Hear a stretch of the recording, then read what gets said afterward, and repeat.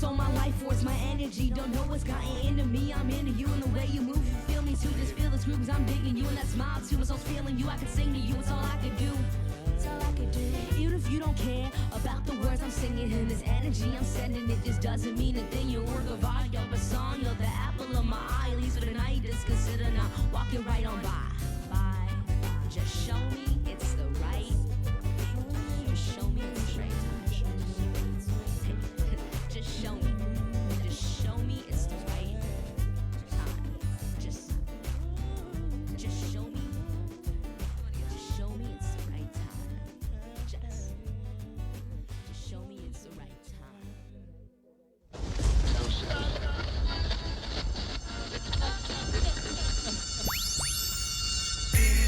But still bringing it fresh. High frequencies make this beat sound deaf. Vibrations you can feel in your chest. Futuristic light, cause we ahead of the rest. Spinning exists, but still bringing it fresh. High frequencies make this beat sound deaf. Vibrations you can feel in your chest. Futuristic light, cause we ahead of the rest. Soup's back in the flesh, ahead of the rest. My well, call us the best, don't try to test, cause only if you try to contest. Right here's my jump shot, affected with the swoosh, nothing but net, we on top. B&K, dish me the rock, now watch me cross over. You feel the vibration, so move over. It's a 671 movement. You prep a how, we PXC, we already proved it. Just listen to how we perfected the rhythm. We make it bang hard, like motorcycle collisions. We only say it if it wasn't our vision, but only live it to a limit like pivots, like fourth and inches. So let the beat attract you, however you feel it adapts to. Lay back with a blunt if you have to. Then catch a buzz if you like to. I'm just telling you that we been exists, but still bringing it fresh. High frequencies make this beat sound deaf. Vibrations you can feel in your chest. Futuristic light, cause we ahead of the rest. Been exists, but still bringing it fresh. High frequencies make this beat sound deaf. Vibrations you can feel in your chest. Futuristic light, cause we ahead of the rest. We're one step up, the game has done change. Sponsor CDs, getting paid just to be me. Don't mean to be cocky, it's gonna take a lot to knock me off the top. I worked hard for my props. It's the original vibe, we live, live the lie, give it a try. Otherwise, pass the mic and let it shine light for those who seem blind. We be the sick kind, the ones you don't like. Witness the sick flight, so heights beyond the sky. Meet the fourth kind, holds knowledge of the first light. It's like you heard, we realer than never served. Bloody tracks, call it murder. Let's take it further. Music in my veins, natural game. Never come the same, homie, can't be trained. This is life to the realest, the ones who always kill it. Even haters feel it. It's the music of sick affiliates. Been exists, but still bringing it fresh. High frequencies make this beat sound deaf.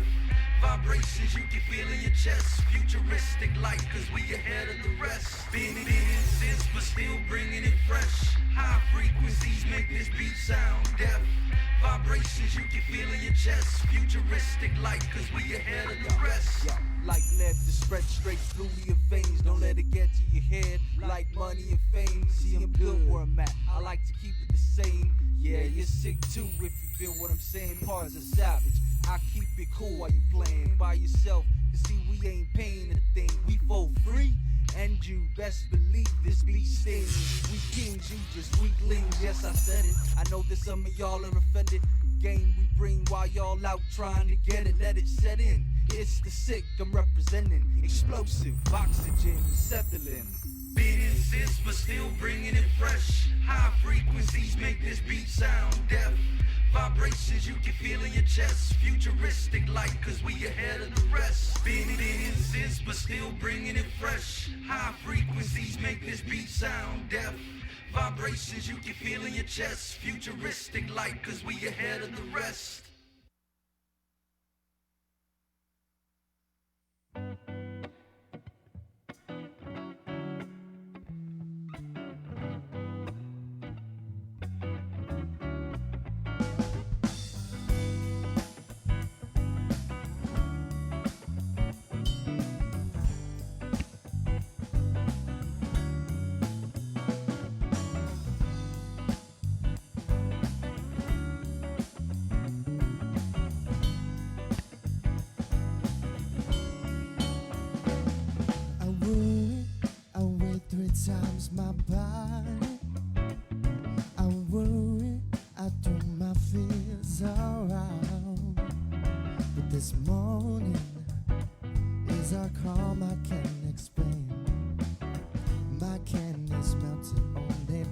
moments now remain.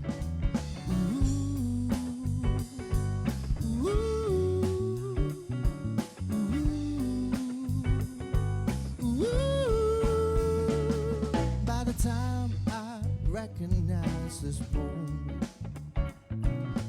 moment will be gone. And I was spending a life pretending that it somehow lingers on. Well, all I got,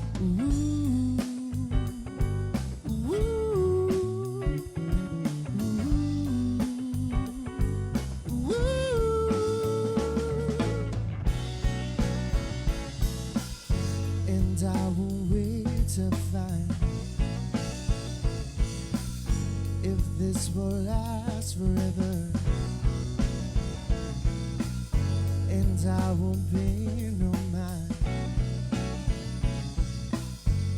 because it won't, because it can't, just can't, it's not supposed to.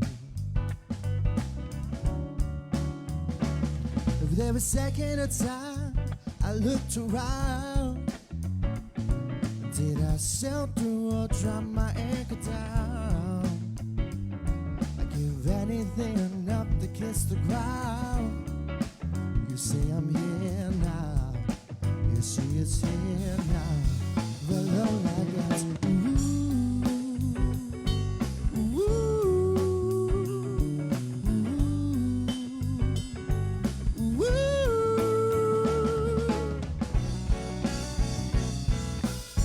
and I won't wait to find if this will last forever. And I will pay no mind, because it won't, because it can't, just can't, it's not supposed to.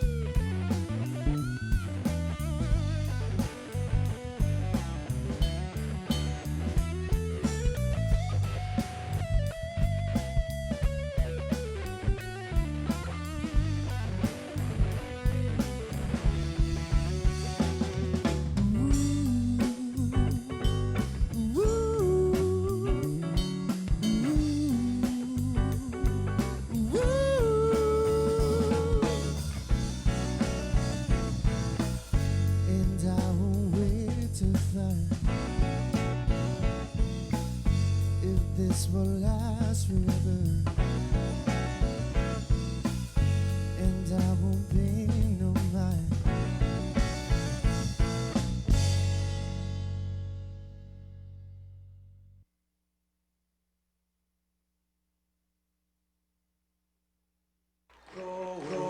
Rosinha uli di sombranza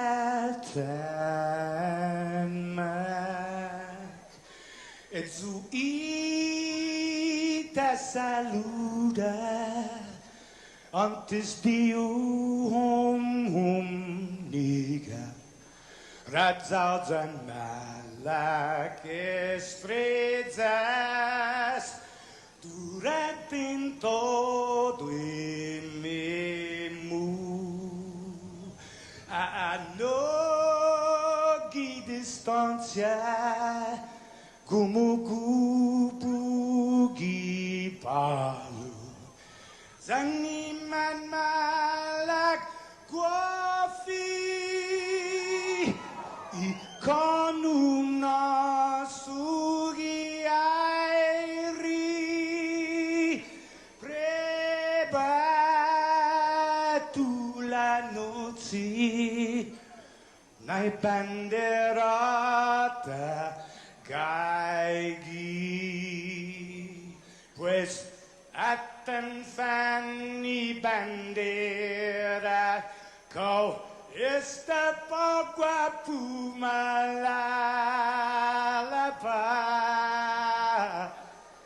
giluk tanu man libri, sentami ti man ko badi.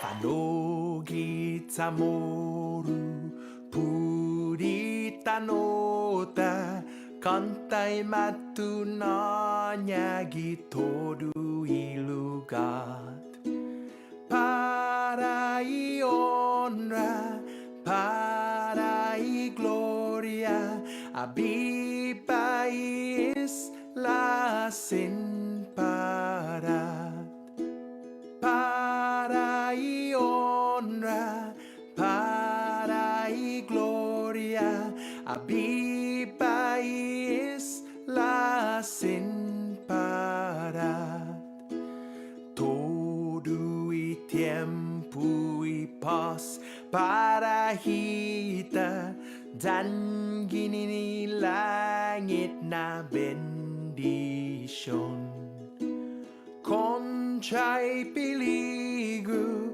na fan sofuham Zeus protegis languahon Conchai peligro na fan sofuham Zeus protegis languahon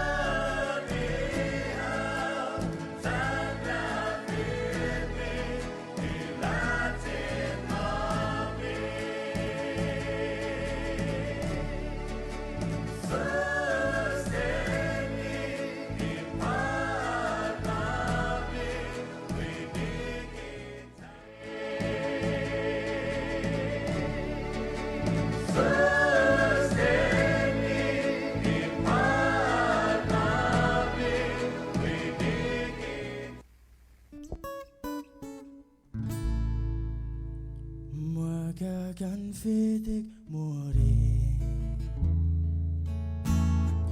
Modo doon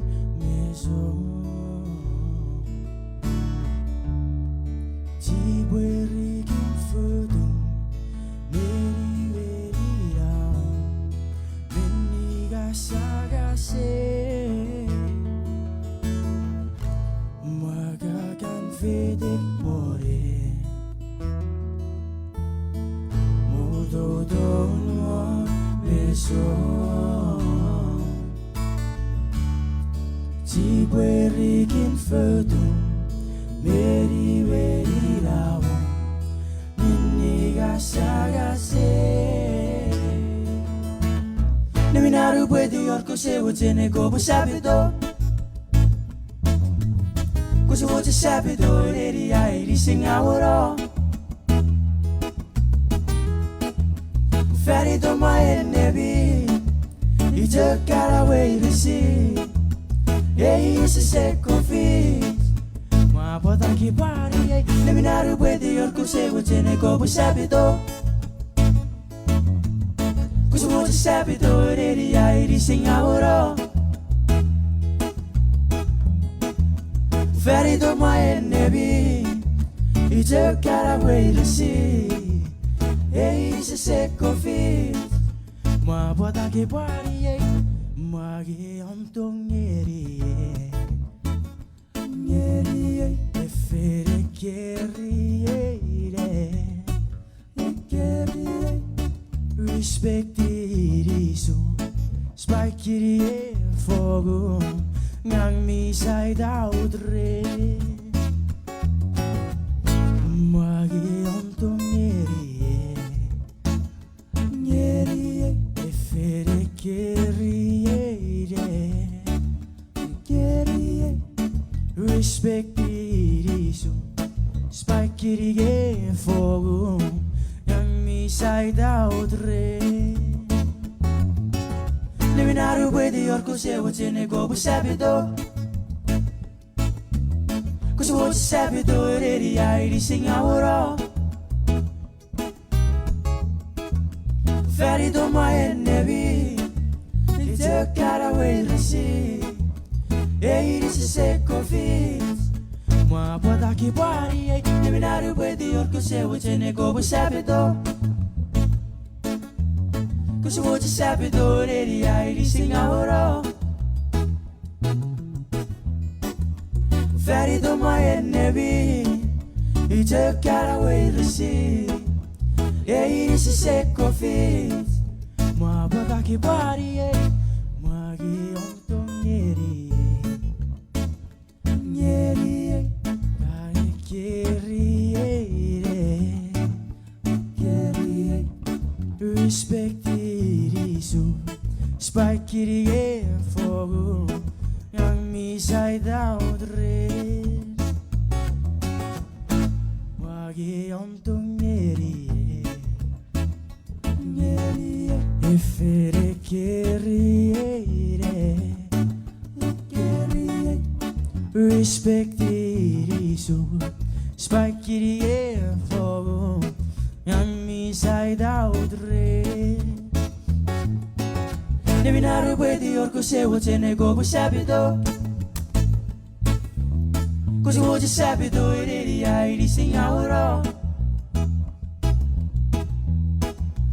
Ferry to my enemy You took got away to see Yeah, he's a second fish Ma pota ki pari Neminaru puede yorko se wotene gobo sabido Cosa voce sabido eri airi singaworo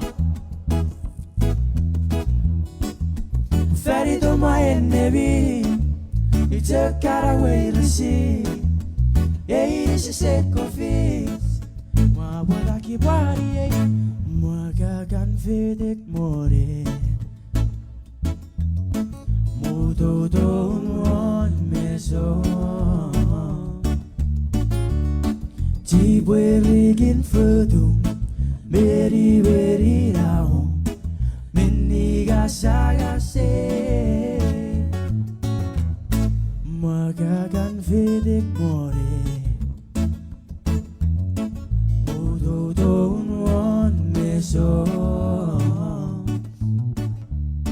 Ti bwerikin fødum Meri veri ravo Minniga sagase Neminaru puede yorko se wotene gobo sabido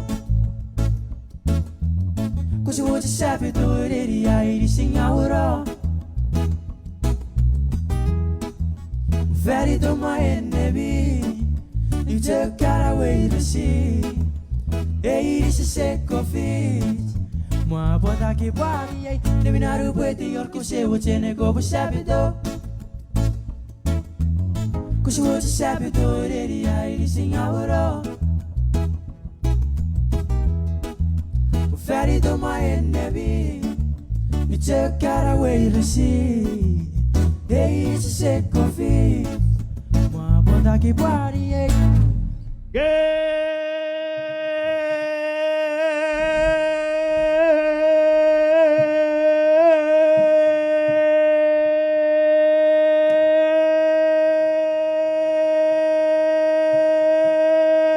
Good morning, Guam.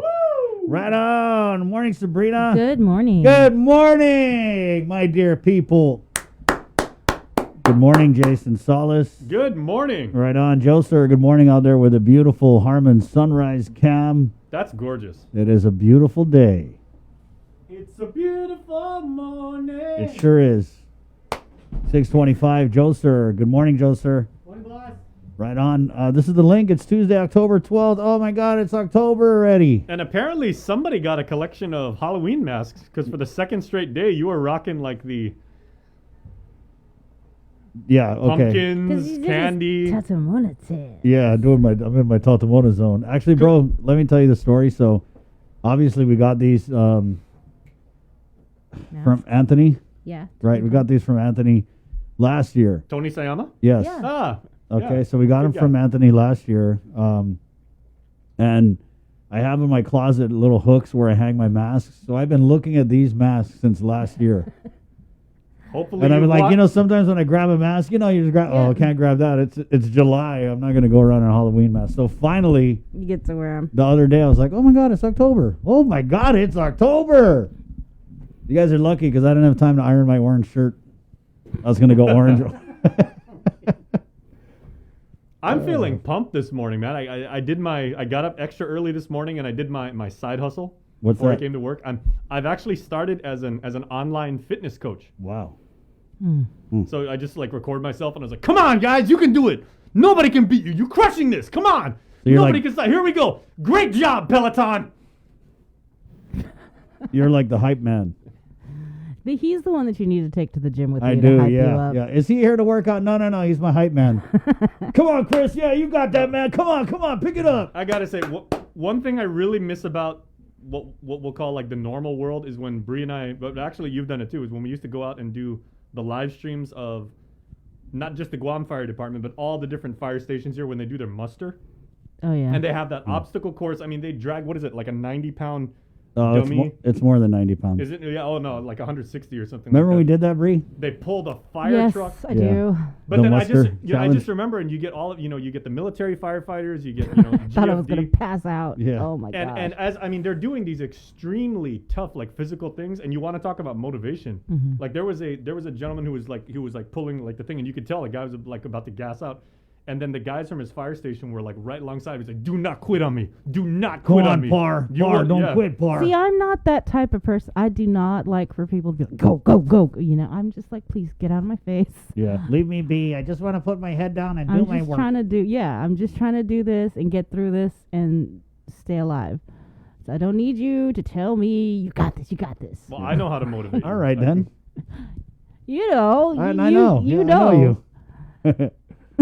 If it was Sabrina, she'd be like pulling that thing, and she'd be, tears would be coming down. She's like, I can't do it. I was like, ice cream sundae. Come on, 5 more feet. Ice cream sundae after this. I got you My that dream. Haagen-Dazs What is popsicle. that sign over at what did Paul and Ryan used to say? They used to say I had Easy. that attitude.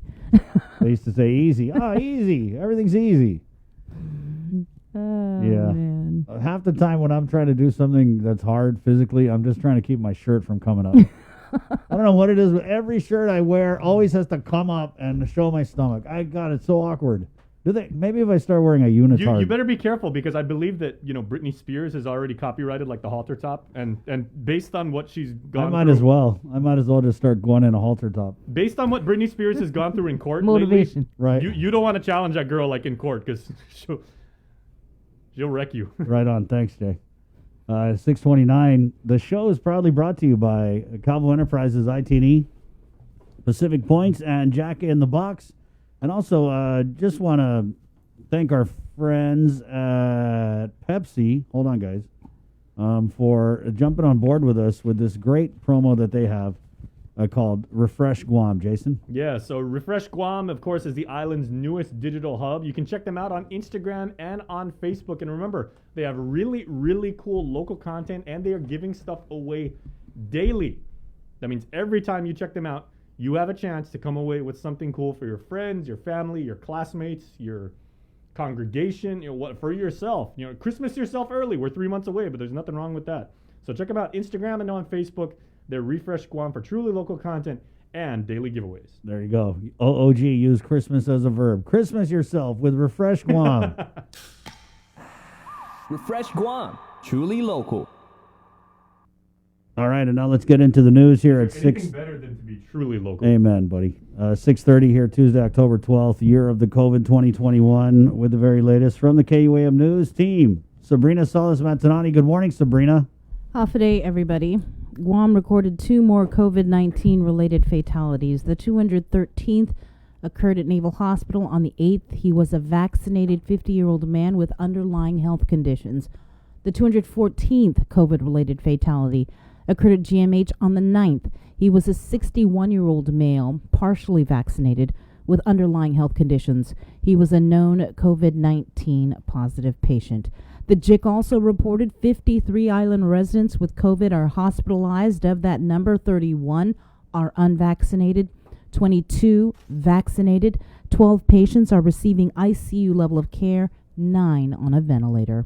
Meanwhile, Public Health reports 106 new COVID cases. This includes additional cases over the weekend. To date, there have been a total of 16,276 officially reported cases, 214 deaths, 2,712 are in active isolation, and 13,350 have recovered. The CAR score is decreased to 24.3. As for vaccinations, a total of 121,414, that is 89% of Guam's eligible population, is fully vaccinated. The Guam Department of Education on Monday released its latest COVID-19 data. GDOE reports 13 new COVID-19 student cases. The cases were identified at 2 at Daniel L. Perez Elementary, 1 at Finagayan Elementary, 1 at Maria Ujoa Elementary, 1 at Upi Elementary, 1 at Weddingale Elementary, 2 at Estumbo Middle School, 1 at F.B. Leon Girl Middle School, 2 at John F. Kennedy High School, and 2 at Simon Sanchez High. GDOE also reports 4 new COVID-19 employee cases. They were identified at Carbolito Elementary, Antolon Middle School, JFK, and Simon Sanchez High School. GDOE says they are resuming their daily reports of COVID cases for students enrolled in face-to-face learning. The reports will now be directly issued by GDOE and no longer issued by the JIC. Village booster shot clinics kicked off in Sinahanya on Monday. With more, here is Daniel Perez. The Pfizer booster clinic was held today at the Hagåtña, Hagåtña Heights, and Sinahanya mayor's offices for the island's Manumcos that have completed their 2 doses of the Pfizer vaccine. Sinahanya Mayor Robert Hoffman. Last week we met with the Department of Public Health at a mayor's council meeting, and we talked about the village booster vaccine campaign, and so all the villages were signing up and getting some time slots. It's been going well so far. We've handled about maybe 40 already just since we opened at 8:30. In addition to the booster shot, COVID tests were given as well. Public Health also allowed for testing to be done on site for seniors who are experiencing symptoms of any type, so they're doing the Binax testing here. So we're really happy that it's a one-stop type of event where they can really just come here and get service for that Pfizer. Administering the Pfizer booster were the nurses from FEMA. Mayor Hoffman expresses gratitude for the service they're doing to help our island amidst the pandemic. I really think that FEMA really heard the calls and saw that, it's tiring. I can imagine for our frontliners at Public Health who are really having to do this for a year already. And so that extra manpower and help that FEMA has provided and the Guam National Guard has provided has been a real boost to the morale. and really helpful to what we had to do to get the mission accomplished. One of the residents getting the booster shot was school teacher Bertha Perez. I would like to protect myself, my family, and most especially my students who I serve. As we reported, the booster clinics will be from 8:30 a.m. to 1:30 p.m. Vaccination cards and a valid ID are required to get the shot. To make an appointment, contact your respective village mayor offices. Daniel Perez reporting for Guam's News Network.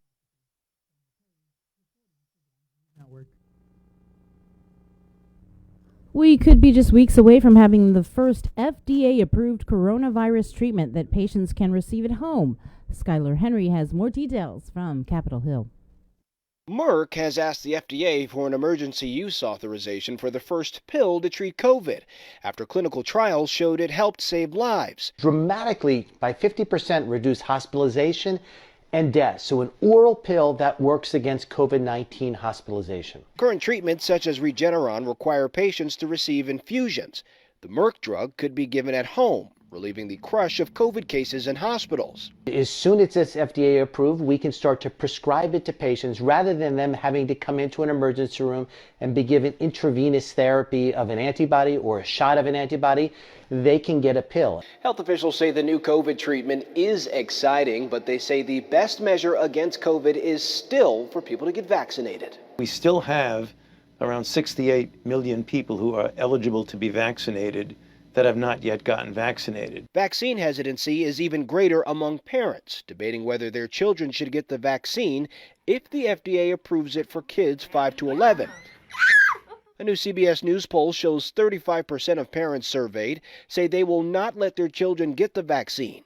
26% are unsure. I think there's a lot of information available. It certainly makes me confident about vaccinating my kids. And for those parents who still have a lot of questions, I would urge them to have a discussion with their pediatrician about the pros and cons of vaccination. Politics is one of the key factors in whether parents will vaccinate their children, with 61% of Democrats saying yes and 56% of Republican parents saying no.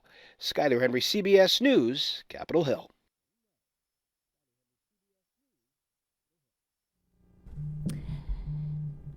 And with more news, here's Hannah Devonzo. This news update is brought to you by Pacific Points. Do more, get more.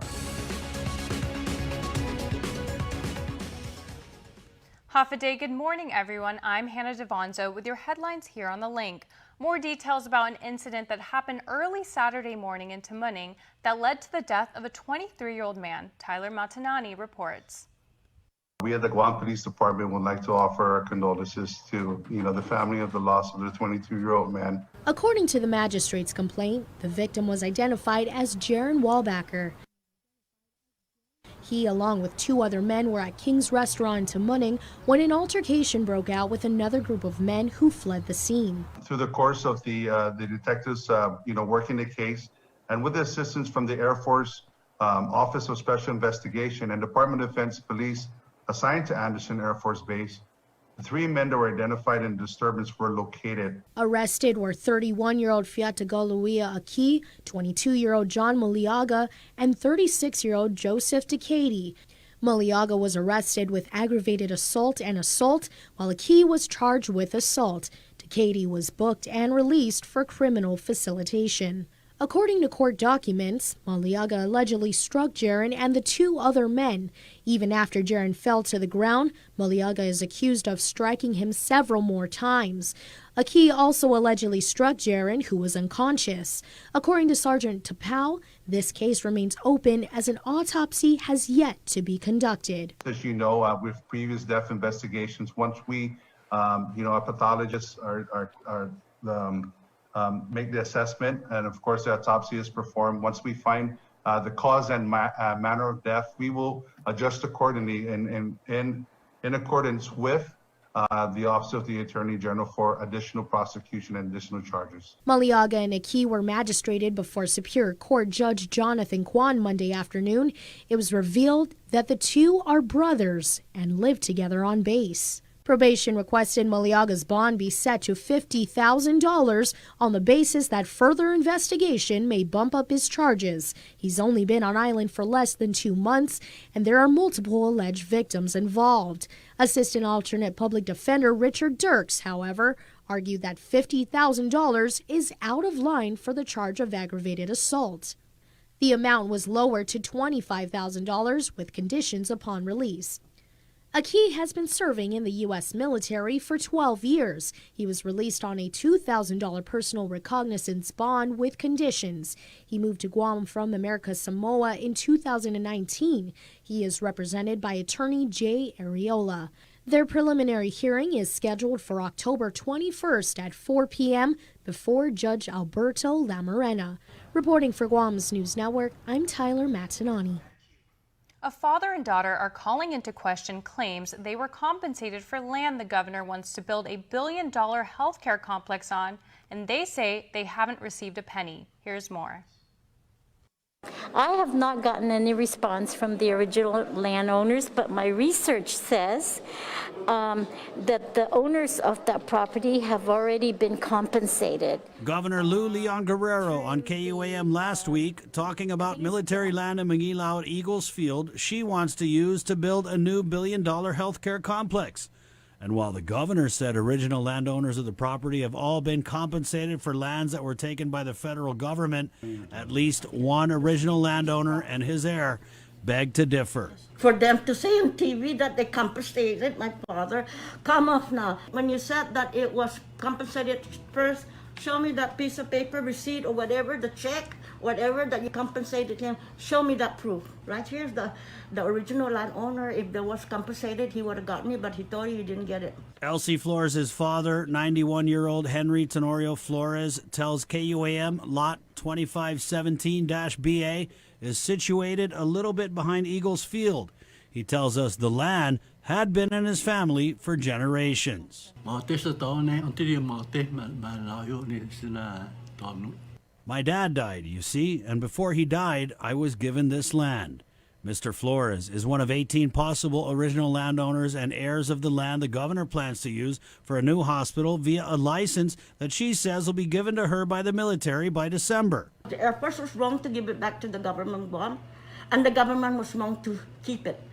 As father and daughter pored over maps, they talked about how much land Mr. Flores' family had owned in the area. But the promise of property dwindled over the years. Mr. Flores telling us he was swindled out of whatever land he had left after federal land takings. His daughter summing up the irony of the only land Mr. Flores now has. We have to live on land trust because we don't have land, because they don't want to give us maybe half of that. But we have to get land trust for him to do. If you know his income, I don't want to say because he doesn't authorize him yet to say it. You won't believe it. Mr. Flores and his daughter are both fighting cancer, and Elsie says although the governor's words stung as they watched them, they're open to reaching a solution, if it's fair to them. The price is right. The price is right. Because his age already, let him enjoy himself. And as for the governor's $1 billion health center project, Elsie says Guam does need a new hospital, but not like this. There's better ways and there's better places. For Guam's News Network, Chris Barnett reports. It's week 3 of the return of in-person instruction. KUAM's Isaiah Uggan had an exclusive tour of a couple of GDOE schools to see what new measures are in place to prevent the spread of the virus. Here's more. Guam Department of Education Deputy Superintendent of Operations Erica Cruz guided us through 2 school campuses, sharing the long list of their COVID-19 safety measures in place to protect both staff and students. You saw that we had hand washing stations. You have hand sanitizers throughout the classrooms and the offices, touchless water fountains, and then obviously the physical distancing, 3 feet in the classroom, and then 6 feet if students are eating in the cafeteria. A new item that we had, and you saw that at Ontalam Middle School, is the plexiglass on the cafeteria tables so that students are able to eat in their own cubicle. We have some schools who have opted to just use student desks, and you saw that here at Teason High School. Cruz said that federal funds help purchase all safety equipment. We have the ESF2 and ESF1 and ESF2, and then obviously we have the ARP coming on, and so we're in the process of developing developing our plan for our ARP, but our ESF1 and ESF2 mainly were for PPEs and then gearing our schools to fund the hand washing stations that you saw, the touchless water fountains, and then also the PPEs such as face masks, hand sanitizers, gowns, gloves, and etc. Cruz provided a progress report on the transition from online learning back to face-to-face learning. When we returned from our remote learning, it was a seamless transition. Students are really happy to come back to school, as well as our teachers. Reporting for Guam's News Network, Guahusi Isaiah Agun. The 2022 primary election could be moved up 3 weeks earlier if a bill discussed Monday becomes law. It was one of the number of changes being proposed to make the election process more cost-effective. Nestor Lecanto reports. Senators held a public hearing on legislation that makes a series of changes to certain deadlines and procedures. They were introduced at the request of the Election Commission from suggestions contained in the GEC's Election Comparative Analysis Report. One change is to move the primary from the last Saturday in August to the first. Acting Executive Director Elizabeth Santos. Conducting the primary election earlier allows the GEC additional time to prepare general election ballots and meet other local and federal election deadlines, such as the deadline to transmit absentee ballots to UOCAVA voters. UOCAVA is the Uniformed and Overseas Citizens Absentee Voting Act. Santos says those extra few weeks will allow them to remedy filing issues, ratify candidates, and print and mail out absentee ballots. The additional time also allows the GEC to vet and verify voter information and file affidavits of registration before certifying the voter registration rosters, and further enables the GEC ample time to print out the official voter signature rosters for each election precinct. A companion bill also calls for canceling the primary election altogether if the number of candidates from both parties are less than the maximum in the legislative, Washington delegate, and mayoral races. It would also eliminate the primary for nonpartisan races, such as for the Attorney General's office. For Guam's News Network, I'm Nestor Lecanto. That's it for now. We'll see you tonight for KUAM's News Primetime. This news update is brought to you by Pacific Points. Do more, get more.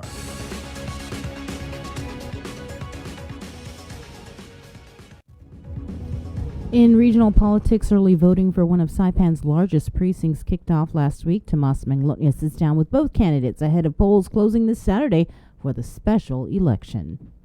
Campaigns on both sides of the aisle are in full swing for this Saturday's special election. What I would like to let the people know, for those who are still on the fence, I would like to ask that you look past the party lines, because the person that you are going to elect is not going to work for the party. It should be a person who's going to work for the people, and I am that person. Follow your heart. I mean, you are the constituents of Precinct 3. You know your precinct well, and you know the person that you feel and know that will represent you very well.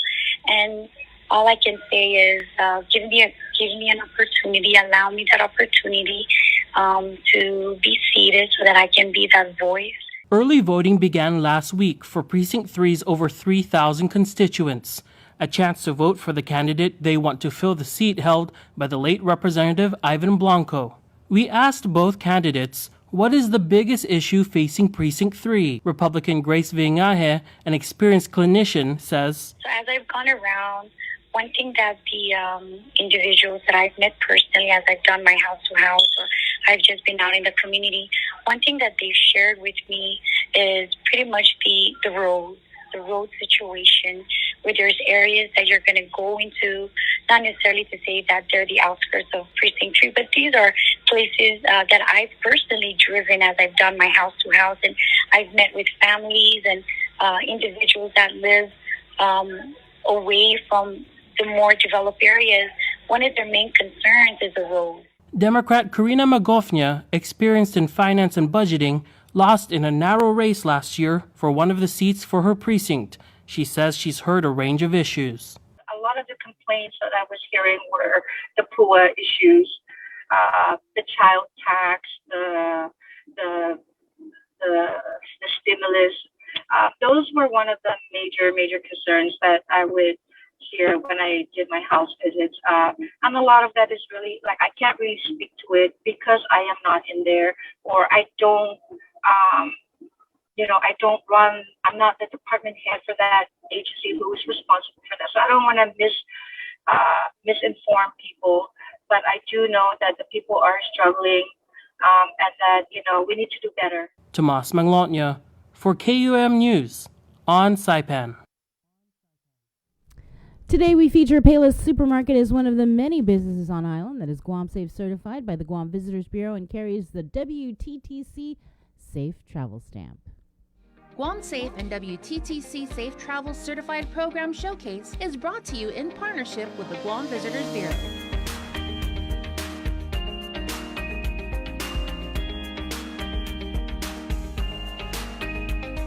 Good day, I'm Kate Baltazar Dodge. I'm the Chief People Officer with Payless Markets. It's important because the health and safety of our employees and customers and vendors and all who visit our store are of the utmost priority. As an essential business throughout the pandemic, we never closed, so it was always incumbent upon us to implement the highest standards of health and safety and sanitation for everyone, and to be able to communicate that to our customers, to the public, to our employees, and also our visitors.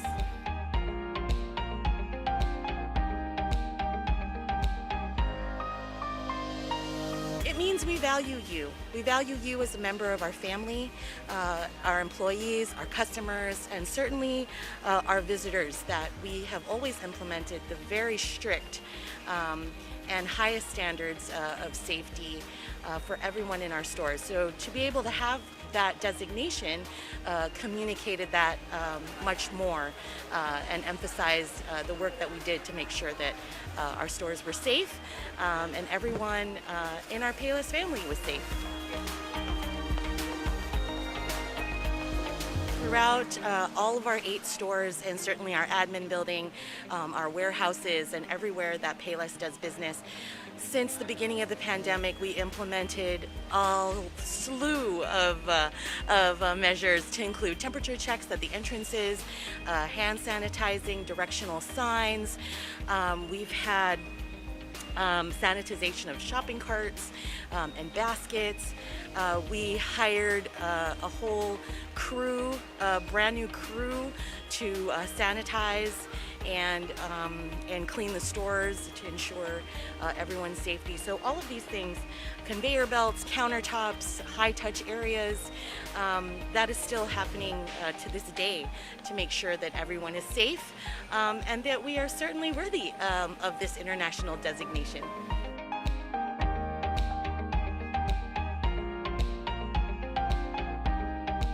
We are absolutely ready to welcome, as I've mentioned, to welcome our visitors back to our island and to our stores. Guam Safe and WTTC Safe Travel Certified Program Showcase is brought to you in partnership with the Guam Visitors Bureau. With your news in Chamorro, here is Ken Conception. Buenas tardes to get some to be tuned sa morning ni KUAM News. Presenta ni Familian Mito gi First Hawaiian Bank. Sa hulog Lunes, ma-report ni Guam Memorial na Hospital na taza manilingon COVID na famagun gi pediatrics and man maamti ni sen seguridad ta man fanatay pumalo siya ni ginin man malangon COVID. Its spokesperson para Guam Memorial na Hospital, si Mai Habib, asang ni KUM naman sen magusiya, jan mega na bendisyon ni para mainsima esti na asunto. Piora ni ma-report na manahuloy ikaw sang COVID para famagun gi mapos na semana. Iman neni siya ni man maamiti gi hospital sa man maamti para COVID, jan man nahong inamlo niya para man atta. Pagdi 8 anyos na patgun sa sistema clear para COVID. Esti na semana sa Emergency Nurses Week lokwi. Para tetunian na makontinue ay mimo kontra COVID kada dia. Masa sulto, Departamento de Salud Publico dan Serbisyon Sosyal sa manahusang lusuto mo si resultong 67 na sample virus ni makulig dia 25 gi Hulyo hasta dia 10 gi Agosto ni man genome sequencing no Centers for Disease Control pat CDC. 59 gihin na sample sa man ma-identifika na Delta variant of concern. Ipumalo otso sa man ma-identifika na variant being monitored par VBM na kategoryo. I-VBM sa nuevo na kategoryo ni anong natiriskaw ni 40 para sa salud publiko gi Estados Unidos. Otro artikulo, It mas nuevo na informasyon po tax refund. 5 milyon pesos ang man ma-process ng Department of Revenue and Taxation para gwata ng Departamento ng Administrasyon gimapos na semana. Kasi para 1,700 na residente siya ni para ma-receive na refund ni Thailand at na return ni mafayo antes di dia 15 de Agosto. Sa mga nagwihi at man mag-garnish na refund siya. Yuto mo na sunto para pagod na matis gin ni KUAM News given sa Moro.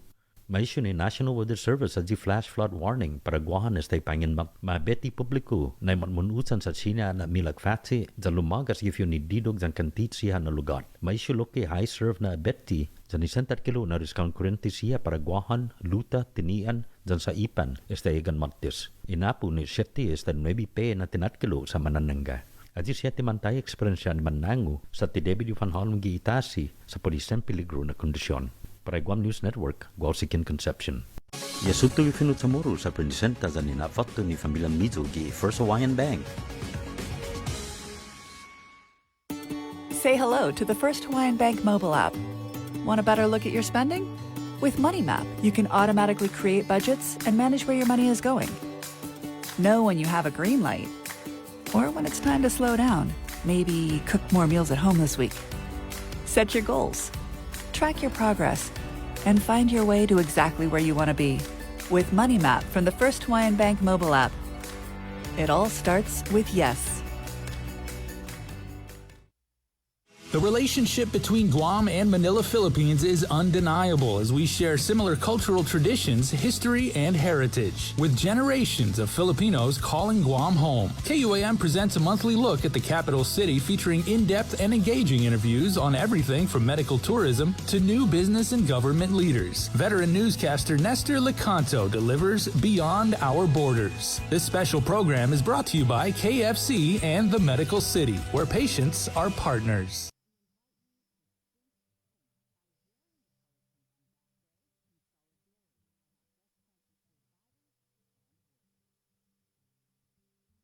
GU Self-Storage, conveniently located near the Harmon McDonald's. We offer affordable rates, online payments, and auto bill pay for your convenience. Plus gate access daily from 6 a.m. to 9 p.m. Call us today at 648-7867 for more information. Do you feel like you're missing out on something? Make life more rewarding with Pacific Points.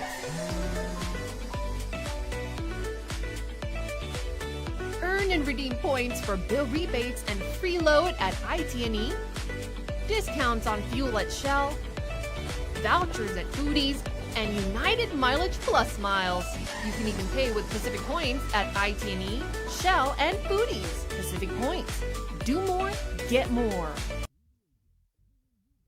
The world of television is more exciting than ever. Don't miss a minute of special presentations from NBC on KUAM TV8 or from CBS on KUAM TV11. Every month, we'll bring you the fun and excitement of award shows and red carpet moments, special series presentations, and other great network programs. Brought to you locally by King's Restaurant, Ruby Tuesday Guam, and Docomo Pacific, giving you more reasons to tune in and turn on. Fall in love with TV again with the best from KUAM Communications.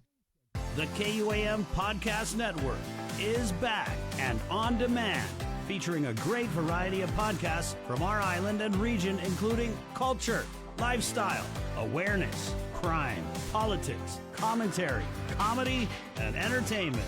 Available on most streaming platforms. The KUAM Podcast Network. Subscribe and listen now.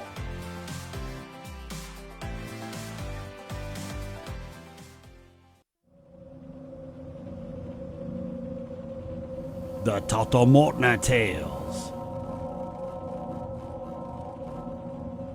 October on the KUAM Podcast Network. Celebrate National Pizza Month with the Pepsi Ultimate Pizza Trivia Challenge. All you have to do is listen to the link during the month of October, and when prompted, call 671-637-0094 with the answer to the Pepsi Ultimate Pizza Trivia Challenge. Winner will receive a gift certificate from our participating pizza parlors and a 12-pack of Pepsi, brought to you locally by Pepsi. Breast cancer is the second leading cause of cancer death in women. The chances that a woman will die of breast cancer is about 1 in 38. Although there is no sure way to prevent breast cancer, there are certain things that you can do, such as eat healthier and exercise. For more information about breast cancer, go to the American Cancer Society's website at cancer.org. Also, on October 22nd, we invite you to think pink by wearing the color pink on that day in solidarity of our breast cancer survivors and warriors. This pink message is brought to you in partnership with Ordot Dental Clinic, joining the fight against cancer in honor of brave warriors, survivors, and their families. Island Cancer Center and American Cancer Society.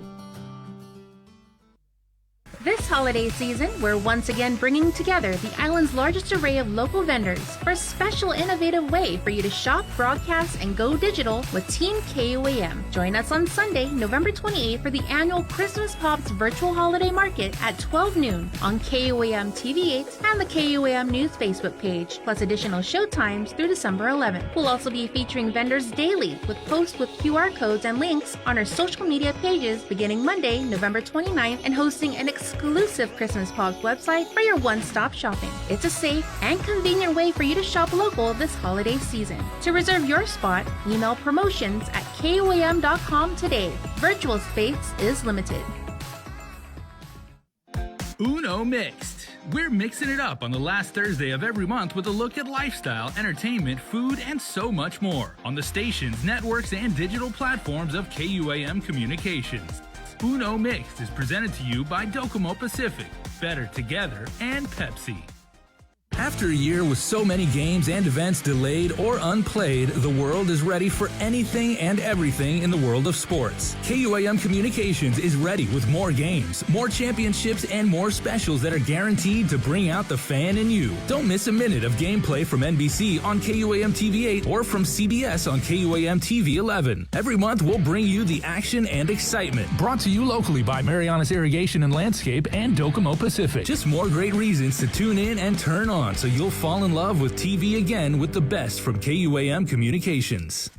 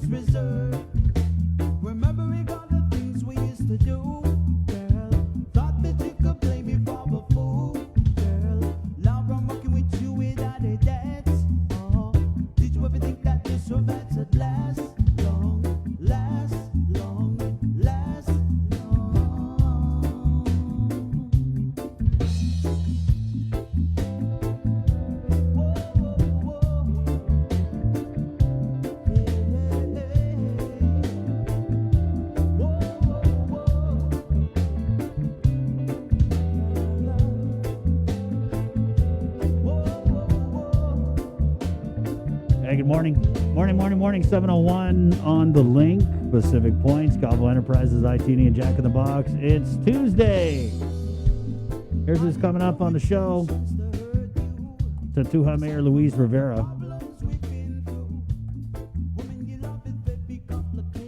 I don't know what's going on with this thing here in my hair. It's just not cooperating. But the scientific term is there's no gel. No gel, thank you. Yeah. Well, my personality's gelled up this morning. 7:03. May I suggest the Joada style like pomade? I'm almost there, bro. That's not gonna move or anything. That could survive condition 1. 7:03. Take it from Jay. Jay's hair is just always like the chef's kiss. Good morning, guys. Also from the Guam Election Commission, she's the acting executive director, Elizabeth Santos. And we're getting Sherm on later. They're doing a big presentation with the district court, Jay. Yeah, so the Society for Human Resources Professionals is having a conference, and of course, we brought attorney Mike Pangilinan on, and he is obviously a local lawyer who is intimately familiar with just the way that human resources has evolved and shifted, and everybody's got questions about employee rights and what does this mean for can companies mandate vaccination? What about employees that refuse to, and what happens when you hire people, and discrepancies and grievances and everything like that. So that's all going to be covered by what I'm sure is going to be a really, really interesting conference. I'm very interested in this because my dad and my sister both worked in HR for many, many years. Right. Also, this morning we're going to talk about this story, that interview I did for KUAM News with original landowner, Mr. Henry Tenorio Flores, and his daughter, Elsie Flores. Bree, kind of like a big shift, because I remember when I was growing up, and even, up to more recently, it kind of seemed like the original landowners was like they were just so sacred, right? And because of like the land issues on Guam, given that we're very finite with our land inventory, and everybody knows the history of the federal land takings. I mean, it's just always been the way we move forward is with courtesy and respect to those original landowners. Yeah, and I remember when I first got to Guam and I started reporting, it was the late Senator Angel Santos. I covered many of his protests, Retidian. There was so many different things that were going on. Right. I think I was probably at his office like three times a week, just doing an interview with him.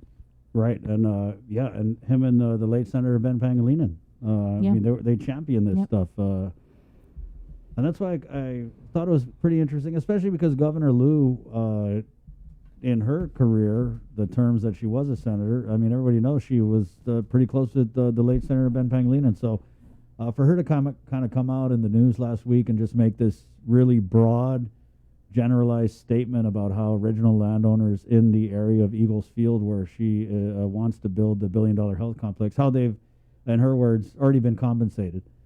And I think it rubbed a lot of those original landowners wrong. And that's part of a conversation. There was a hearing back in April with Speaker Therese Terlahi. Right, there was.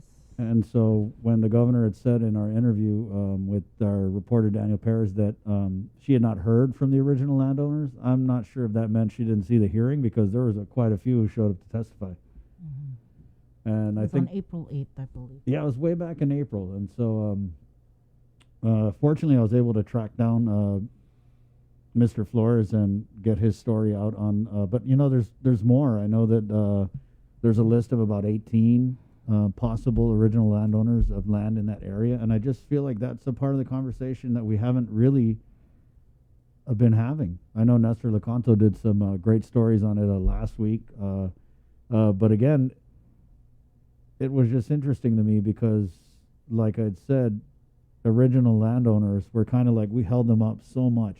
And so much of what we did in our relationship with the federal government, especially when it comes to getting land back, was to appease and to make whole these original landowners in, any way that we can, right? And so Miss Elsie, who I interviewed, had some very interesting comments, especially the irony of, so many of our families, Chamorro families, started out with so much land, and just through whatever variety of circumstances, whether it's federal land takings or even in this case where they say they were swindled out of a lot of land. I mean, Mr. Flores is telling me a story of way back after, I want to say it was like 60s, 70s. He had signed something, and then someone brought him another document. They said, oh, just sign it. He thought he was signing a lease, but it was actually a deed of gift. So he ended up inadvertently gifting so many acres of this property to someone who took advantage of him. And now just to go to their property, the only property they have now is Chamorro Land Trust. How ironic is that? It just, I don't know, it really rubbed me the wrong way. So I hope that when we continue to move forward with this, that we hold that compensation, or, talk to these guys, don't just assume that they've all been taken care of, because obviously they feel they haven't. 7:08, it's Tuesday, October 12th, so we'll play that story and talk about it a little bit more coming up. Then we're also getting Speaker Therese Terlahi on tomorrow. So hopefully we'll find out what she's got to say about it. October 12th, Senator Jim Moylan in the KUAM News Zoom room. Good morning, Senator. Hi, good morning, Chris, Bree, Jason. Good morning, everybody. Good morning. Morning, Senator. Hi there. Hi there. You know, I'm messing with my computer, so I'm holding my phone today, and I don't want to keep it shaky. So I hope I'm coming across all right there. Yep. Not facing the right direction, not sideways either. Nope, you look good. Sound good. All right. Thank you. Thank you. Let's go ahead and get into this Bill 173-36, Senator Moylan. This is a bill that modernizes election-related issues. Yes. So we were working with the Guam Election Commission, and these folks have put together their plans on how to modernize their department, or the Guam Election Commission. They put together their election comparative analysis report. And this report can be found on their website as well. So bit by bit, we're adjusting the Guam Election Commission laws to meet the needs or modernize their process to improve the voting experience and hopefully attract more voters to come during the election time. So 173 addresses some of those changes that they wanted to make. And we had the public hearing yesterday. So just to summarize some of the things about Bill 173, first, it addresses the cancellation of the primary election for certain circumstances. Specifically, a good example is if on the Democrat and the Republican side, you're looking at the legislature and they only have 15 each candidates running.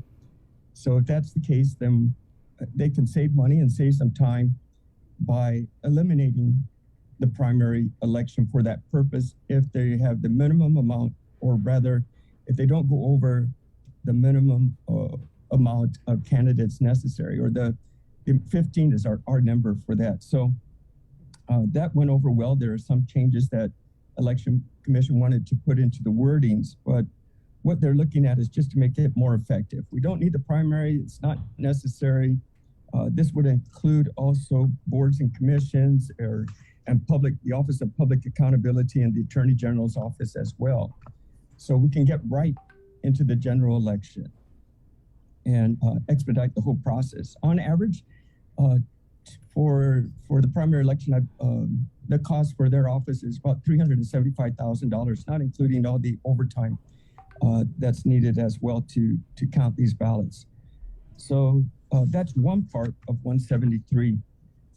They also have, the second part is regarding the electoral, or rather the polling places. They wanted to make the law more clear that those running for candidacy during the election time at the polling places stay within their boundaries.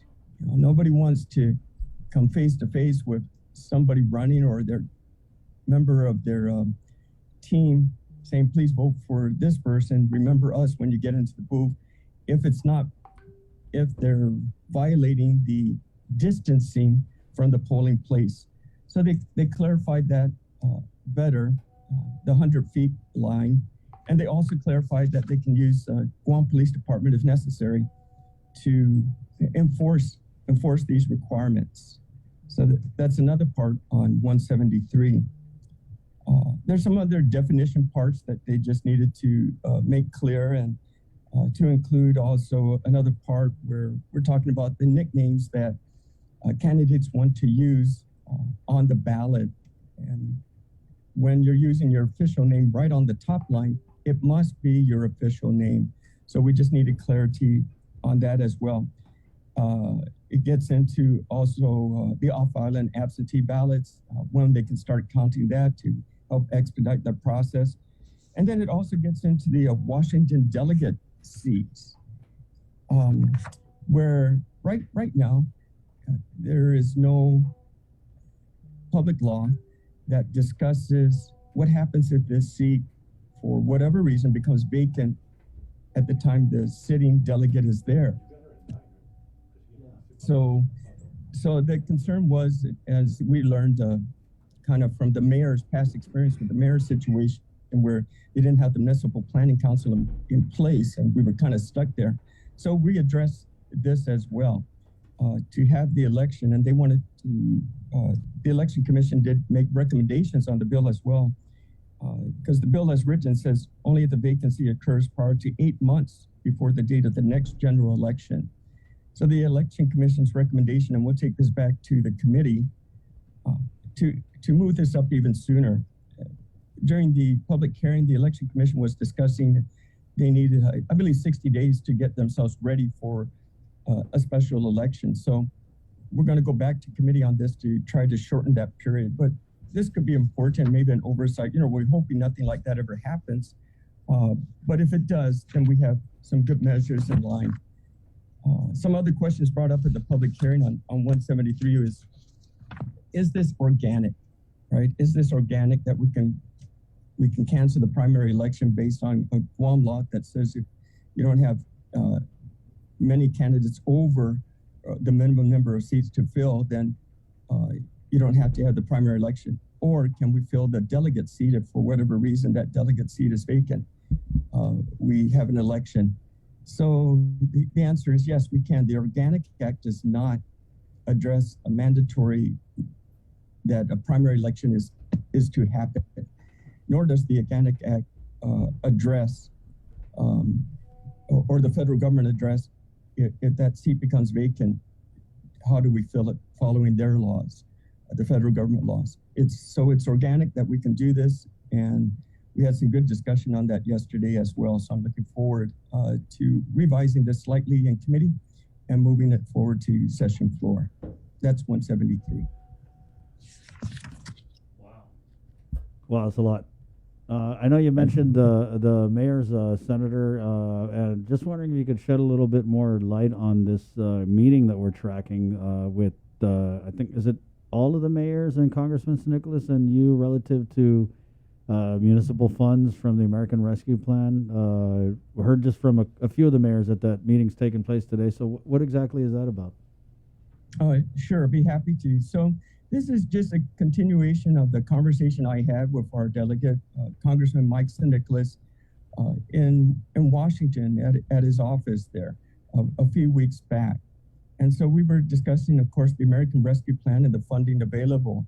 One of the subjects the congressman brought up, Mike Nicholas, was how other territories, I believe it's Puerto Rico, and also he looked at Commonwealth of the Northern Marianas. There's another one too, but for example, let's just talk about Saipan situation, where they received their American Rescue Plan money, and then it was also in the plan on how this money can go to the municipalities there in Saipan, broken down from Saipan, Tinian, Rhoda, and their different mayors. Now, when the money was provided to Guam, the American Rescue Plan did not dictate that. But in the spirit of the law and what they were hoping to do, like what they did at the other territories, in my discussion with Congressman Nicholas as well, is this should be done for Guam as too, for the mayors to be provided their own share to work with their own municipalities, rather than the federal government or the local government at Adelup dictating how this money will be spent in the villages. Let's allow the mayors to have that authority. They know exactly what they need, whether it be roads or some other services or street lights, or they know their community the best. And we're hoping by pointing this out to the mayors, and we're starting with the president, Mayor Jesse Alec, to further discuss this so he clearly understands, and then possibly bringing that back to the mayor's council with more information on how this actually works in the American Rescue Plan and other territories by the money being given directly to the municipalities. And I'm hoping they would agree on getting that, and maybe we can voice this concern to the governor so she can feel confident that the mayors do have a plan. They do know what they need for their villages, and they can expedite that payment and get things going with removing rubbish, taking care of their dogs, or however they feel most fit to service their community, and that they need the money as soon as possible so they can get these things going and take action. So this afternoon, I believe it's around 2 o'clock, we'll be having just a virtual further discussion about that with Congressman San Nicolas, Mayor Alec, and myself. And I'm sure we can invite you to, and maybe if we have other questions, we'll be happy to discuss that at this time. So it's just a continuation of an informal meeting that I've had with the congressman, and now we're just bringing some of that discussion back to our mayor. Yeah, no, I get it. I get it, Senator. I just think it's interesting that we have these there's like no conversation out of Adelup about American Rescue Plan, right? It's actually crickets. What's quieter than crickets? Holy Week. It's like Holy Week at Adelup with this ARP funding. Yeah, and you got the congressman coming out saying, hey, we could do this, we could do that, we could do this with the money. So it's really interesting to me that Adelup doesn't say anything, and the congressman is just sitting there picking all these different ways we can use that money. And Lord knows, God, our people need it. They need money in their hands right now. And so I think it's very interesting. Absolutely. Yeah. And this money has been here for some time. God, for real. And I think the 36 Guam legislature did what they can to really push for a plan coming from Adelup. And we've been transparent with our plan to Adelup on how we hope we can share this money based on what we feel or what we hear from our constituents, to include the mayors. That was included as part of our plan too. But knowing specifically in the American Rescue Plan by the federal government, U.S. Treasury gave territories their ability for the municipalities to have this funding directly to them. So because the federal government doesn't want to dictate let's use PD, right? How they should use that money. Nor should the legislature, or more importantly, the governor dictate to the villages how they should use that money. But rather, we should entrust and empower our mayors to get on the ball. Here's your funding. Use it the best way possible. And they would have to answer to their constituents in their village.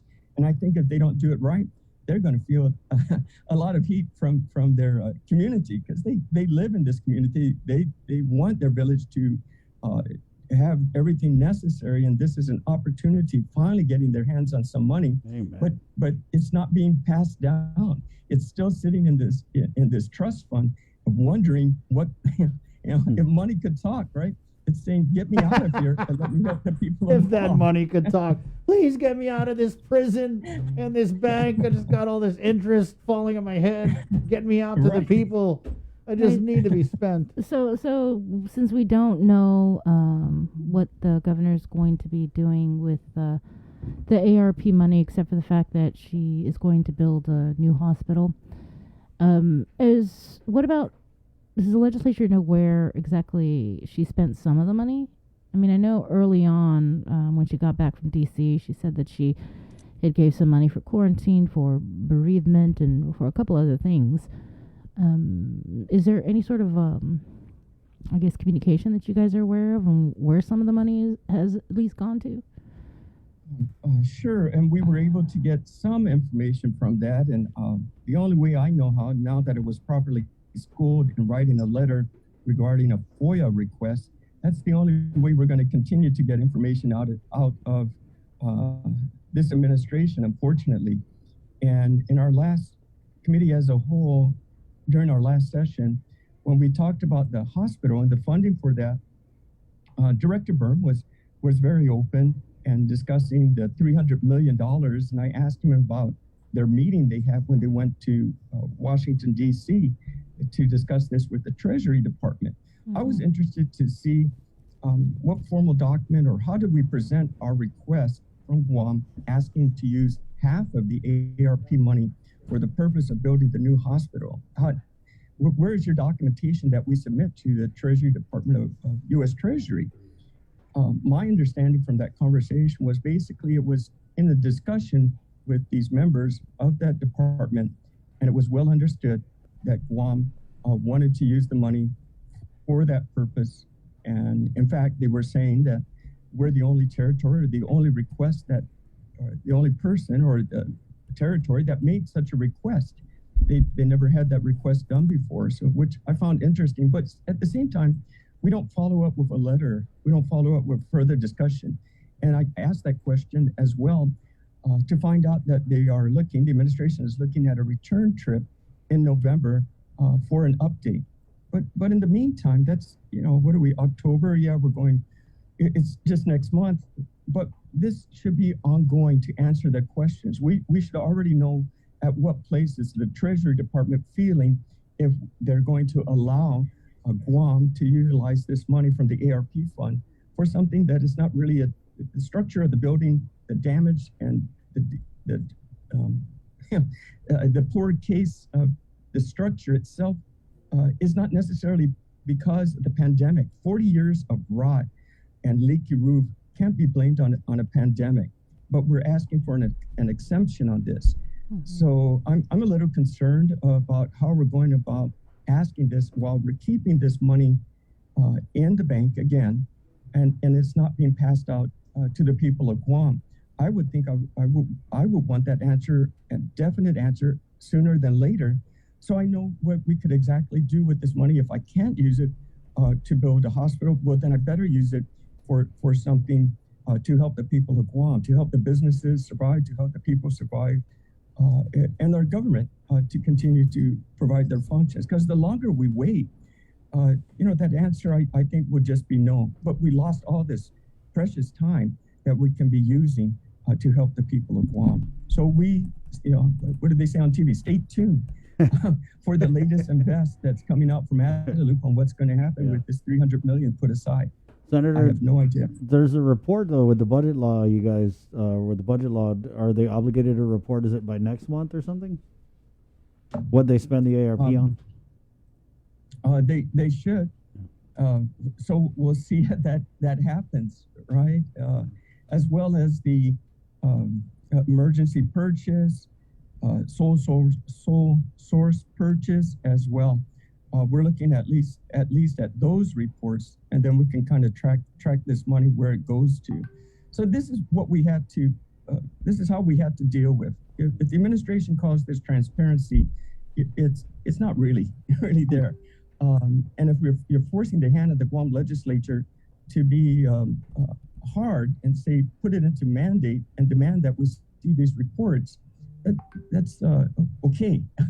We can do that, but why do that? When we all want the best for the people of Guam. It's unfortunate on how this is being played out.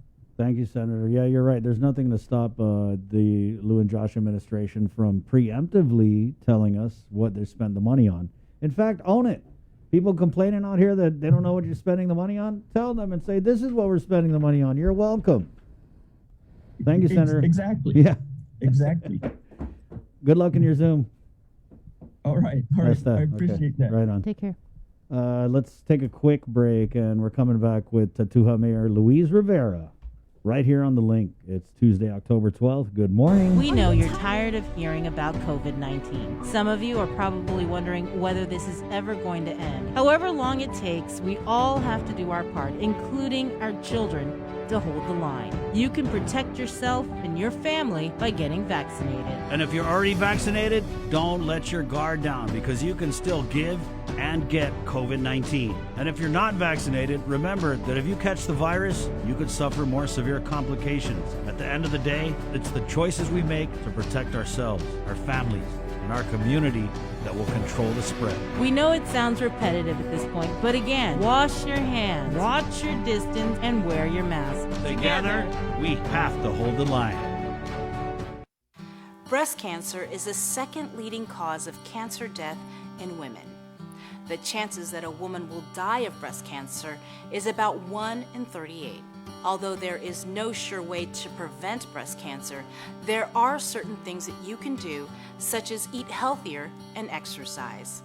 For more information about breast cancer, go to the American Cancer Society's website at cancer.org. Also, on October 22nd, we invite you to think pink by wearing the color pink on that day in solidarity of our breast cancer survivors and warriors. This pink message is brought to you in partnership with Ordot Dental Clinic. joining the fight against cancer in honor of brave warriors, survivors, and their families. Island Cancer Center and American Cancer Society. Say hello to the First Hawaiian Bank mobile app. Got a question about your finances? You've come to the right place. Bring all your accounts together, even those that aren't with us, and see the big picture, right down to the smallest detail. Unlock powerful tools like Insights and Money Map that help you save time and take control of your finances. When you connect accounts with the First Hawaiian Bank mobile app, it all starts with yes.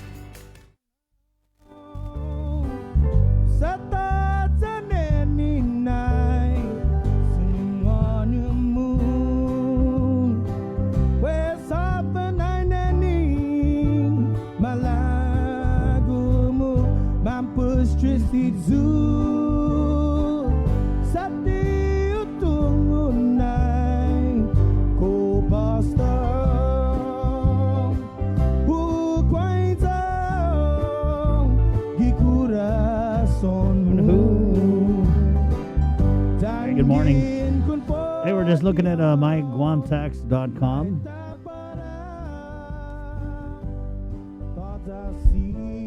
Yeah, and it looks like the child tax credit online portal is finally up. I know that was one of the things that DRT had been trying to get online, and they were working with their vendor to make that possible. And so I guess when you log into your account, you'll be able to pull that up.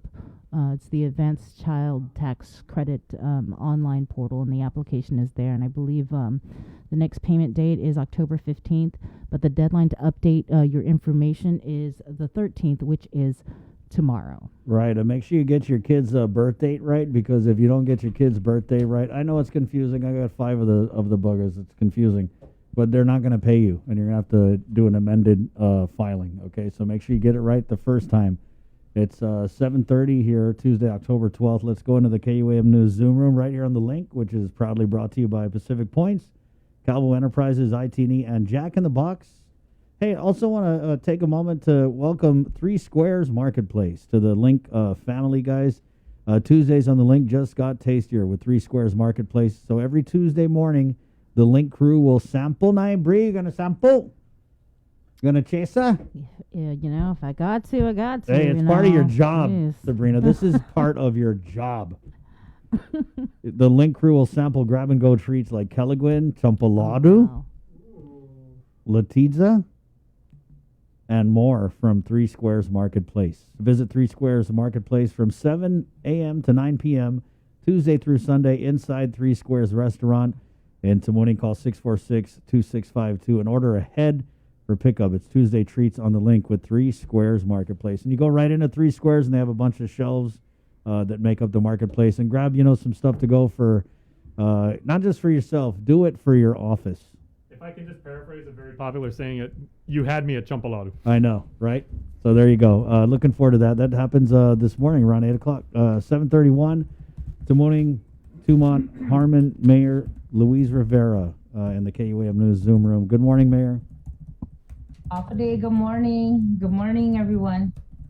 Thanks for joining us. We wanted to bring you on because of this incident that had happened on Tuesday, this altercation outside of King's restaurant involving the 2 brothers, one of them who's stationed here, and then, of course, a local boy, Jaron Wilbacher. And we know that Jaron went to JFK, and you're actually very familiar with the family, and you're right now working on a memorial for Jaron, right? So can we just start at the beginning, Mayor? Because you were telling me that you've known Jaron for quite a while. Yes, Jaron played in our Little League team, baseball. And he was also playing basketball in our gym, with different teams. And so, we watched him grow up throughout the years along with his siblings and then his parents. They're a wonderful family. I met with mom and dad yesterday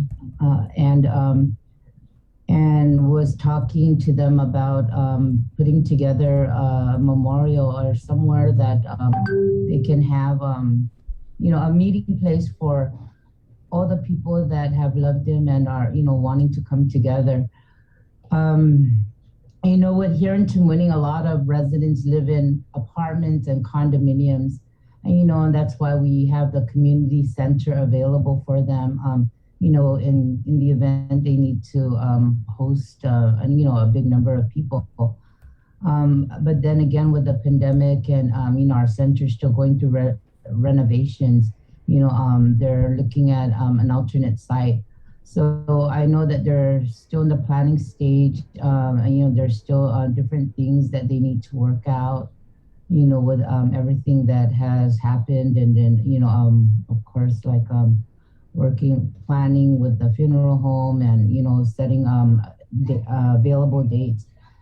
So I don't have the exact time right now or the date of when this memorial will take place. More information is forthcoming. I just want, everyone to know, this is a very sad and tragic situation. And so many people have reached out, have called in because, the name they found out, they heard about it. So, they're asking questions on where they can go to meet the family. A lot of the classmates and team players, have reached out to us, trying to get a hold of the parents to offer their condolences. And so, again, the no date has been determined yet. Like I said, they're still in the planning stages. And of course, we here at the mayor's office are going to do everything we can to assist the family to make sure everybody comes together safely. Thank you for that, Mayor. And again, our condolences going out to Jaren's family for this tragic and untimely loss, Mayor. This kind of thing, though, in your village, I hate to say, happens a lot, right?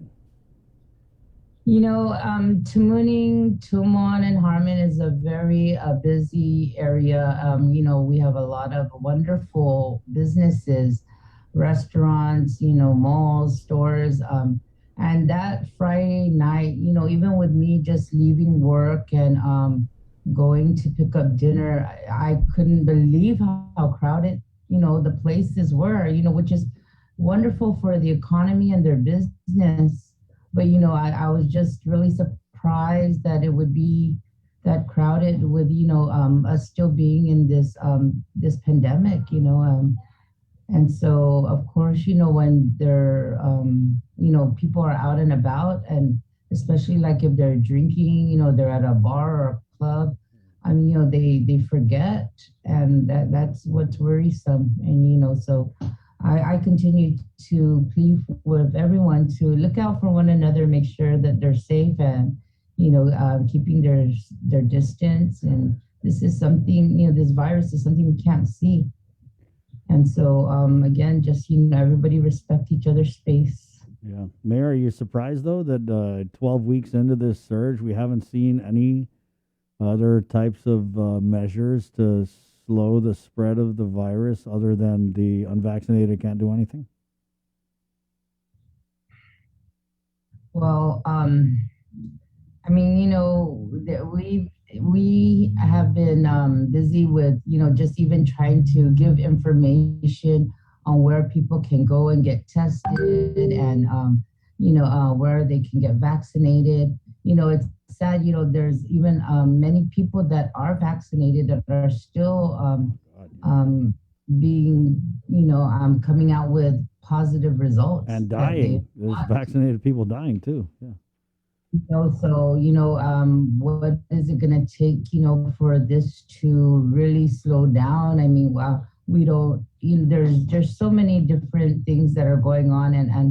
And the thing is, we're supposed to have faith and trust in our leaders that are that have the knowledge and experience. So, on what they say, it needs to happen. We continue to look out for these guidances, And even with me, people will just call me out of the blue. I have a question, in regards to getting vaccinated or what they should do, in regards to, those that did test positive. They have neighbors, they have children outside, that shouldn't be outside because they know that they're positive.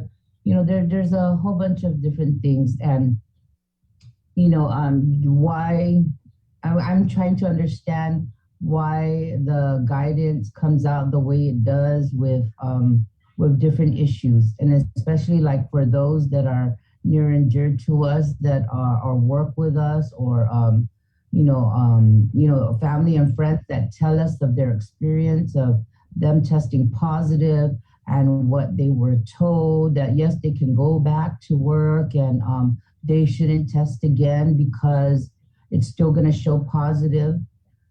So how are the others around them supposed to know? And especially like with the kind of work that we do, with distributing, food every day, there's a lot of issues. And so, I continue to reach out to the professionals, the doctors and our director of public health, to give us these answers. And I always quote their answers and tell like the people that are asking the questions, well, this is as per so-and-so, so I don't go at it alone. I make sure that if I don't have the answer, I get it from the source. Well, glad for that, Mayor, because there's so much misinformation. But, you being the mayor of Tamuning, Tumon, Harmon, I'm pretty sure you snap a finger and you got like 10 doctors in your chat. You know what I mean? You definitely have the most doctors in your villages. It's so wonderful that they are very active with me and they keep me informed. I really appreciate all the wonderful people that share their knowledge and guidance. And, there's a lot of wonderful things happening that can happen as long as everyone does it safely and respect one another. And if you are feeling sick, please stay home and seek help. If you need something, please give us a call. Call us and let us know. And make, if you didn't, if you don't hear back or something, please call again. We don't know what the situation is or what it was that there was no follow through, but we are sure to do the best that we can to make things happen. I'm not sure if it was asked, but are you guys doing sports, or are you guys using the gym? I mean, or is it still banned?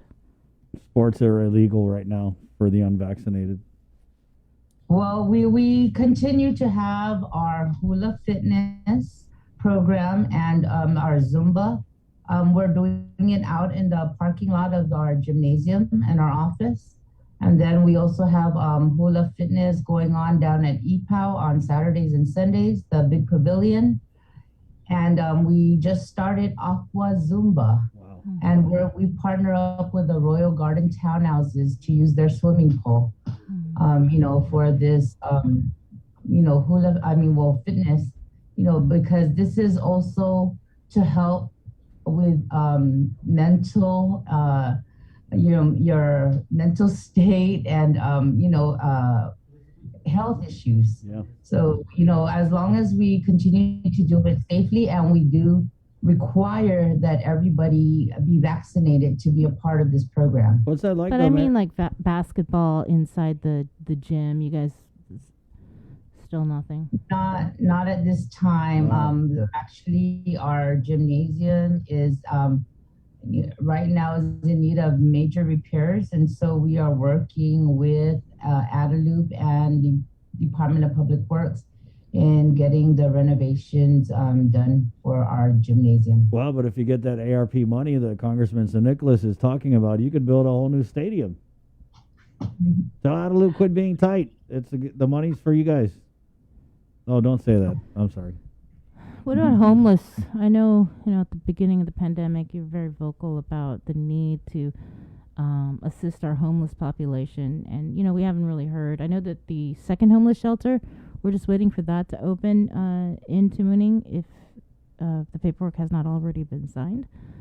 Do you have any updates on? I'm sorry. Our representative for the Homeless Coalition is Vice President Mayor Robert Hoffman. Okay. And so, I continue to check with him on the updates. I haven't gotten one yet, but I will definitely follow through with that. The ones that I am seeing around our community, our parks, and out on the streets, they choose to be there. We try to get them the assistance and let them know where they can go, but they don't want the rules. They don't want to follow the what is required to be in the shelter. Yeah. They want their absolute freedom where they can go out and collect money and buy whatever they want. Yeah, good point, Mayor. I see a few. There's a couple guys. I forget the name. There's a couple I talked to that they just want to make enough money for a 12-pack at the intersection and drink the 12-pack or whatever, hide in the corner, and that's that. But there are some who are genuinely down on their luck, who want to make a change, right? And right. Those are the people who usually end up in the shelter. Yeah, there's many that have come around and, they asked us to assist them in applying for housing assistance and, they let us know their situation. They have children, they're being evicted, and so whatever assistance, we can give them, we certainly will. Appreciate that, Mayor. Yeah, some of these people, you just never know their story. Like I ran into a homeless guy, young guy, man, from a prominent, this guy was a Scambaluri, right? Homeless. And he actually lost his passport, all of his IDs. And so this guy, and you know how it is when you lose all of your IDs, right? You need IDs to get IDs. And so this guy was basically non-existent because he didn't have any ID to apply to get an ID. So he couldn't get a job, fell out with his dad, was living on the street. And it was just crazy to me that something as simple as like losing your passport will start this chain reaction of other events. And so you just never know, right, what kind of situation people are in. And then obviously when you add that mental health component to it, I think a lot of those people on the streets are suffering from mental health issues. It's quite apparent. Mayor, thank you for your time. We definitely appreciate it. And again, let us know about this memorial service. And we have reached out to the family as well. So thank you for that. Okay, you're welcome. Thank you very much. But also, since I have you, if I can take this opportunity to also mention that we will be doing a Halloween drive-through. Okay, for children to come and pick up treats. It will be on Sunday, October 31st, Halloween, at the Tumilin Community Senior Center. So that's something they can prepare for. And also, I had a meeting last night with Guam Hogs, and they'll be doing their annual Christmas run. And that's set for December 12, where they'll be visiting different villages. Mayor, I did have one more question. If you could send us the flyer on the Halloween drive-thru, please send it over. But I did want to ask, because Mayor Alec was on yesterday, and he mentioned this training on child tax credit with mayors and their staff. Yes. You aware of that training? Yes, that happened yesterday. We were with Marie Lazama, the deputy, on Zoom. And she did explain to us, the process of it. And so, there's different forms that they can fill out and, for those that are in need of help. And then she'll be sending us the question and answer forms, frequently asked questions. Mm-hmm. So we can send that all to you. Mm-hmm. And was this with respect to the online portal or just... I'm not sure. No. Okay. Was it indicated that the CTC checks, they were only going to be made through paper, not direct deposit? There was the option to have it direct deposit. Yes. There is an option. Okay. Yes. All right. Thanks, Mayor. Okay, you're welcome. Okay. Adios, everyone. Yes, the mayor. 7:48. We're going to take a quick break and come back and close out this hour with the acting executive director of the Guam Election Commission, Elizabeth Santos. Next, right here on The Link. Good morning. Breast cancer is the second leading cause of cancer death in women. The chances that a woman will die of breast cancer is about 1 in 38. Although there is no sure way to prevent breast cancer, there are certain things that you can do, such as eat healthier and exercise. For more information about breast cancer, go to the American Cancer Society's website at cancer.org. Also, on October 22nd, we invite you to think pink by wearing the color pink on that day in solidarity of our breast cancer survivors and warriors. This pink message is brought to you in partnership with Ordot Dental Clinic, joining the fight against cancer in honor of brave warriors, survivors, and their families. Island Cancer Center and American Cancer Society.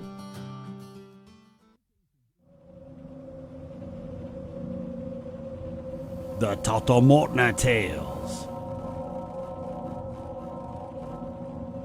October on the KUAM Podcast Network.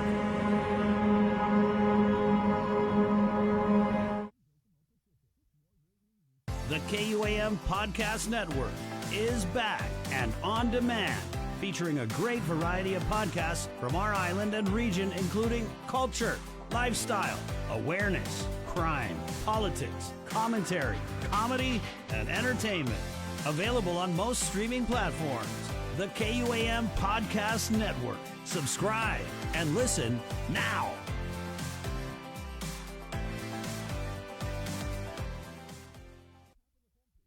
Say hello to the First Hawaiian Bank mobile app. Got a question about your finances? You've come to the right place. Bring all your accounts together, even those that aren't with us, and see the big picture, right down to the smallest detail. Unlock powerful tools like Insights and Money Map that help you save time and take control of your finances. When you connect accounts with the First Hawaiian Bank mobile app, it all starts with yes.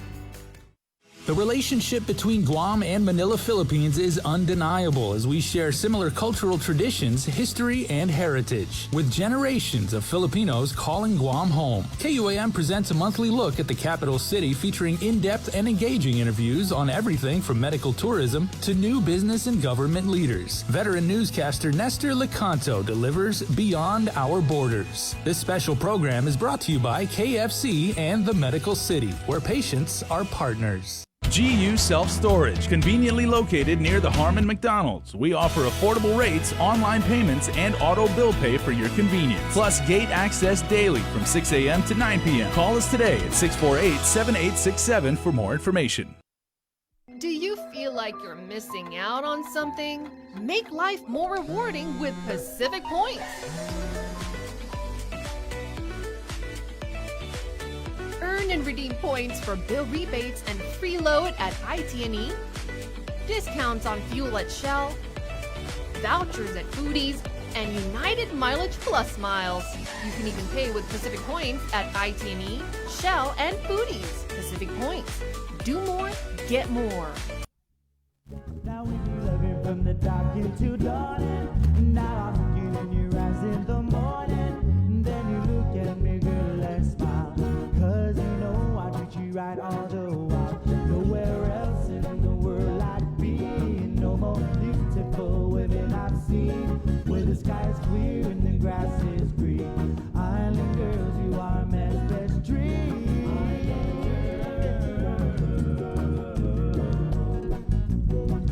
Well, the way that you move it.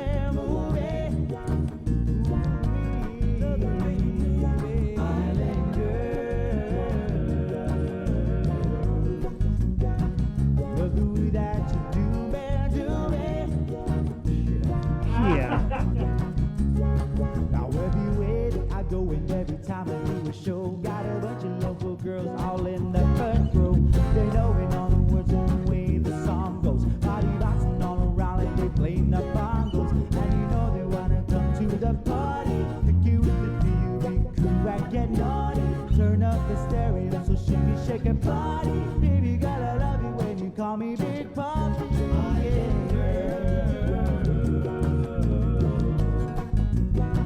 Love the way that you move me. Oh, yeah, girl. Love the way you move me. Island girl. Love the way that you do me tonight.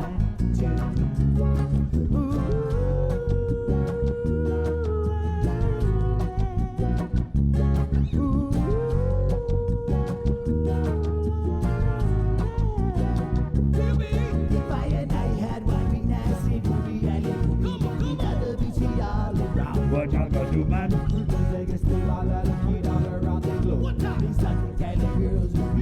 Hey, good morning. If I had one of these girls as my companion, we'd be looking under the stars under the band. Hey, good morning with 754. The Link, Tuesday, October 12, 2021. Elizabeth Santos, the acting executive director of the Guam Election Commission, joins us now from their brand spanking new offices in Tamuning. Wow, I wonder how many people are accidentally going to GCIC building still. But congrats. Go ahead. We've gotten a few customers who said they went to GCIC first and saw the sign on the door and then came up here, but they found the place all right and we were able to help them out. Man, Sabetan, you know, when you accidentally go to GCIC, you got to find the parking, and there's spots there like so skinny, and then you got to get down and go up that ancient elevator, get up to the second floor, and then you're like, oh my God, they moved. Well, I will say our parking slots here at the Oka building are wider. I drive an SUV, and it's nice to have a wider parking slot. Nice. You seem like a backwards parker. I am. And I mean, technically, Sabet, you're still kind of close to a mall. I mean, I guess if you want to consider it, like GPO's down the street. You're not as close to Hulali, obviously, as you guys were. Yeah. I'm a mall guy. We're still learning the area. But we do frequent Oka Payless because it's a few buildings down from us. Right on. Well, Sabeta, there was a couple bills relative to the GEC and elections down at the legislature, and I know you had they brought you on as part of a panel, right? It was a public hearing for the two bills, 173 and 174. Yes. You guys in support? So a lot of the measures in the bills came actually from the commission's recommendations that were published in our election comparative analysis report.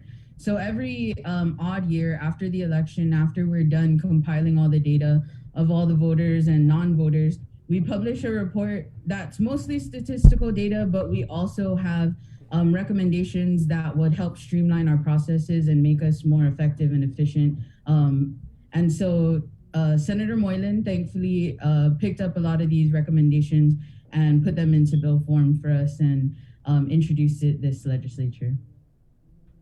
What were some of the key? Is there anything that, well, the big ones, right, that you're carrying over from the last election? Because there were some of these like COVID measures that you guys had put in place, like the in-office voting, right? How you kind of widened it up. That's going to carry over? Yeah, so that actually already passed. We will have early voting for the next election and elections after that in the 30-day period for anyone who's here. So they won't have to meet the certain absentee criteria that they would have had to meet before last election. So for the 30-day period prior to next primary election and next general election, everyone who's registered to vote would be allowed to vote early before election day in case they don't want to go to the polls.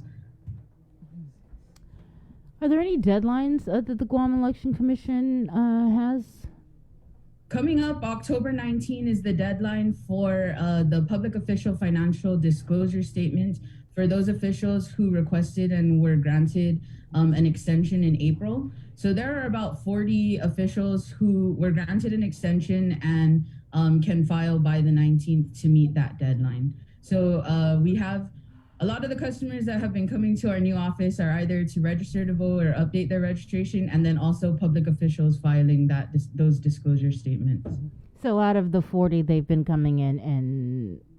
Yeah, they're steadily coming in. And then when they're not coming in, they're also calling us and emailing us asking certain questions about the form or asking for a new form and things like that. So we know that it's on their radar and that we're pretty sure they're going to submit it by the 19th. And what happens if they don't? Man, according to the law, we do report anyone who did not file. To DG or to the Ethics Commission? No, I think, if I'm not mistaken, this is where Maria is better at this. We publish it in the newspaper and we also forward the names. I would have to look it up. I know Maria will know it offhand, but I definitely know we publish it in the newspaper. All right. I know that the deadlines for like campaign filings are a ways off, but are you guys seeing any like traffic, maybe with voter registration or anything that might indicate that next year is going to be a pickup compared to last election? You know, we actually had National Voter Registration Day. I think it was September 21st and 22nd. And our registration team here at GEC worked with UOG students, and they had a drive at the campus. And they did also really push for online voter registration. So I think our number for National Voter Registration Day alone was over 200 registrants, whether they were new registrants or they were updating their registration. So that was really successful. We do continue to get volunteer voter registrar applications to have registrars in the community registering people to vote. And so we're also brainstorming because we want to encourage more and more people to come out to vote. Last election, obviously with the pandemic, that was probably a major factor in the numbers, but we didn't see as many voters as we wanted to last election. And so all of us here at the office are brainstorming how to get more people out to vote, because it doesn't really seem like registering is really the issue, because we do get a lot of registration from motor voter registration and online registration, and also registrars in our community. And so hopefully the early voting will see more people come out, and then also on election day next year. So part of the legislation that was introduced by Senator Moylan actually is moving the primary election from the last Saturday in August to the first Saturday in August. So if that happens, if it's enacted, we will definitely be doing a media campaign to let everyone know that that date has changed and all the dates that they can come in and vote for the next primary election. Nice. You good? Yeah. I had one more. It's slipping my mind right now.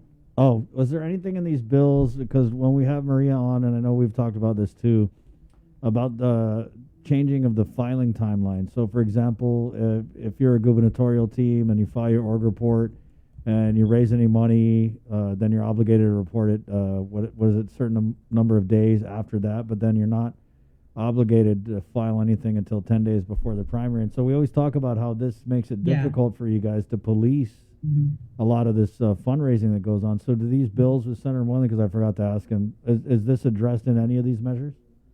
No, the campaign finance deadlines were not touched in these two bills, but we did recommend it in our election comparative analysis report.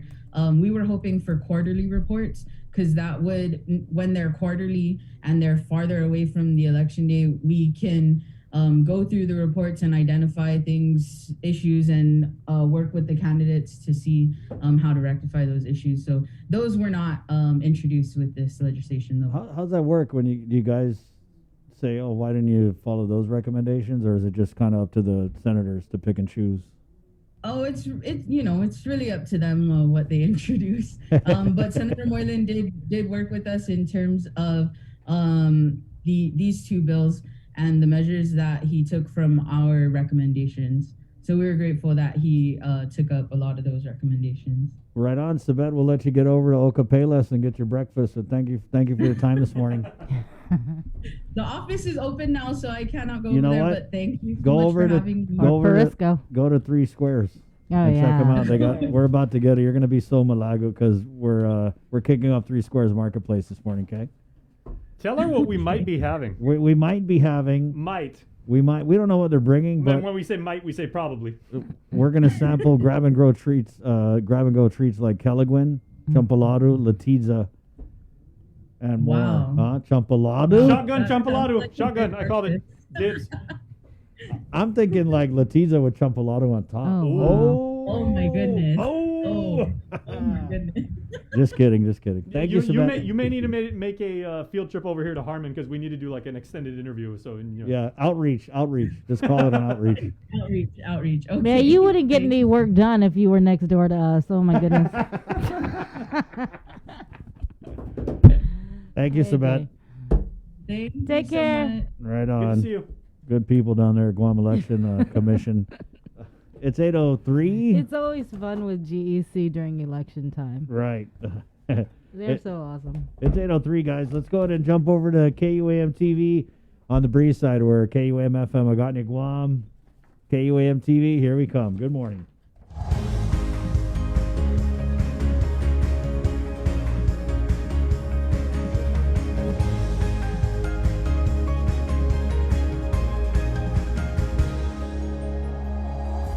Good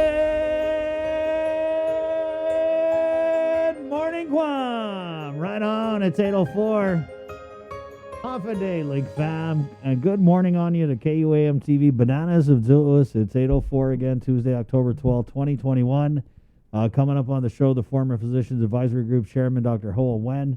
We're also getting from Public Health and Social Services, the Division of Environmental Health, and we're going in with 9 o'clock, Jason Solis. Hey, ladies, you're looking for your Jason Solis fix this morning. He'll be interviewing some folks from the district court, to include the chief judge, as well as some folks from the Society for Human Resources Management.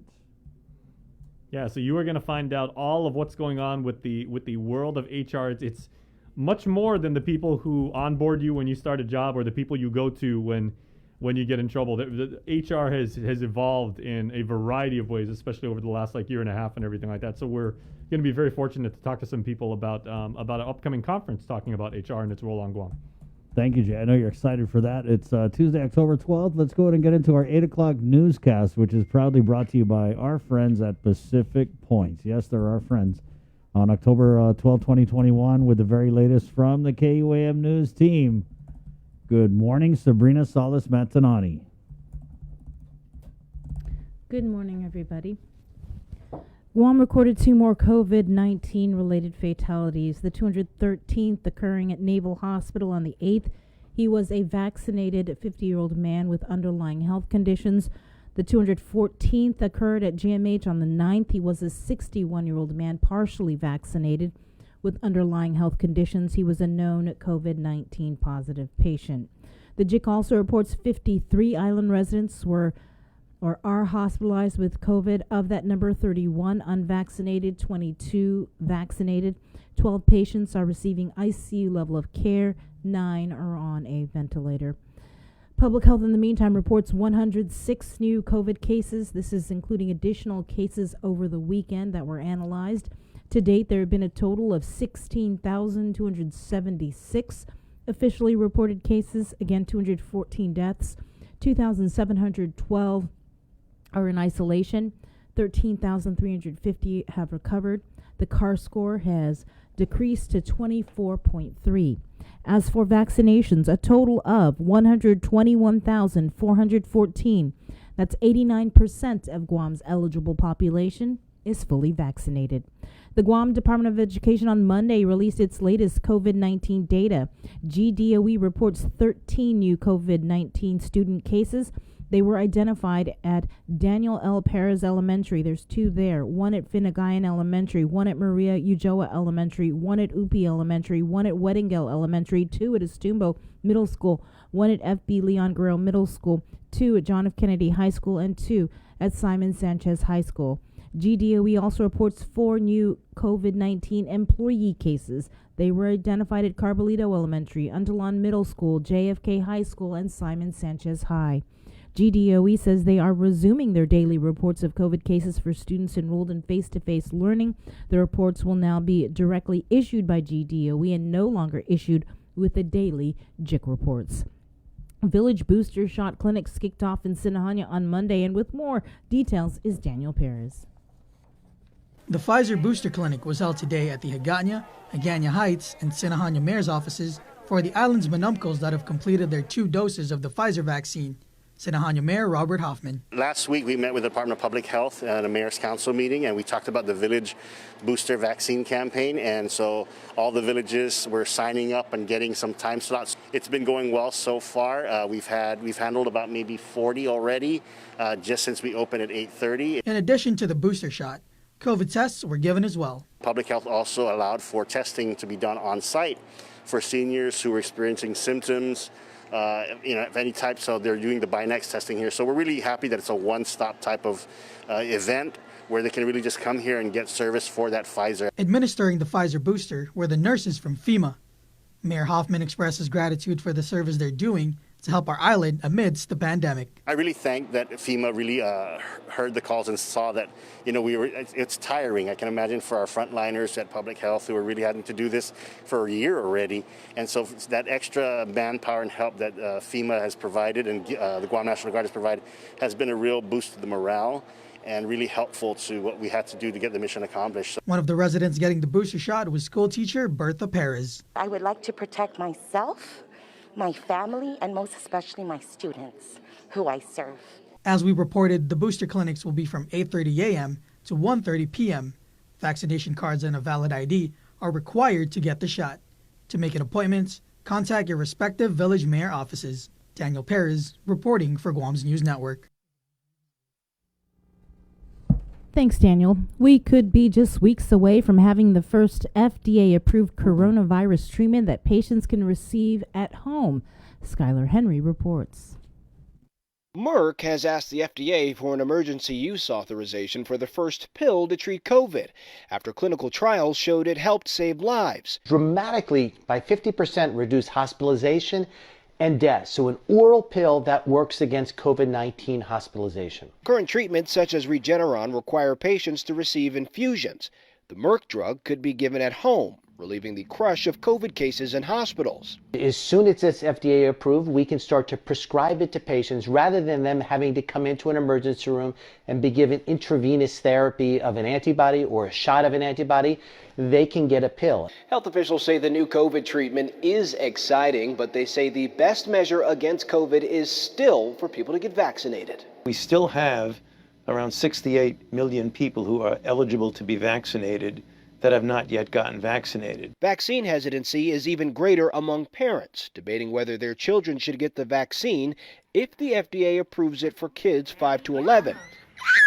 A new CBS News poll shows 35% of parents surveyed say they will not let their children get the vaccine. 26% are unsure. I think there's a lot of information available. It certainly makes me confident about vaccinating my kids. And for those parents who still have a lot of questions, I would urge them to have a discussion with their pediatrician about the pros and cons of vaccination. Politics is one of the key factors in whether parents will vaccinate their children, with 61% of Democrats saying yes and 56% of Republican parents saying no.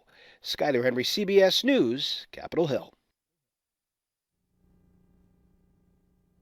And with more news now, here is Hannah Devonzo. This news update is brought to you by Pacific Points. Do more, get more. Hafa-day, good morning, everyone. I'm Hannah Devonzo with your headlines here on The Link. More details about an incident that happened early Saturday morning in Tamuning that led to the death of a 23-year-old man. Tyler Matanani reports. We at the Guam Police Department would like to offer our condolences to, the family of the loss of the 22-year-old man. According to the magistrate's complaint, the victim was identified as Jaron Wallbacker.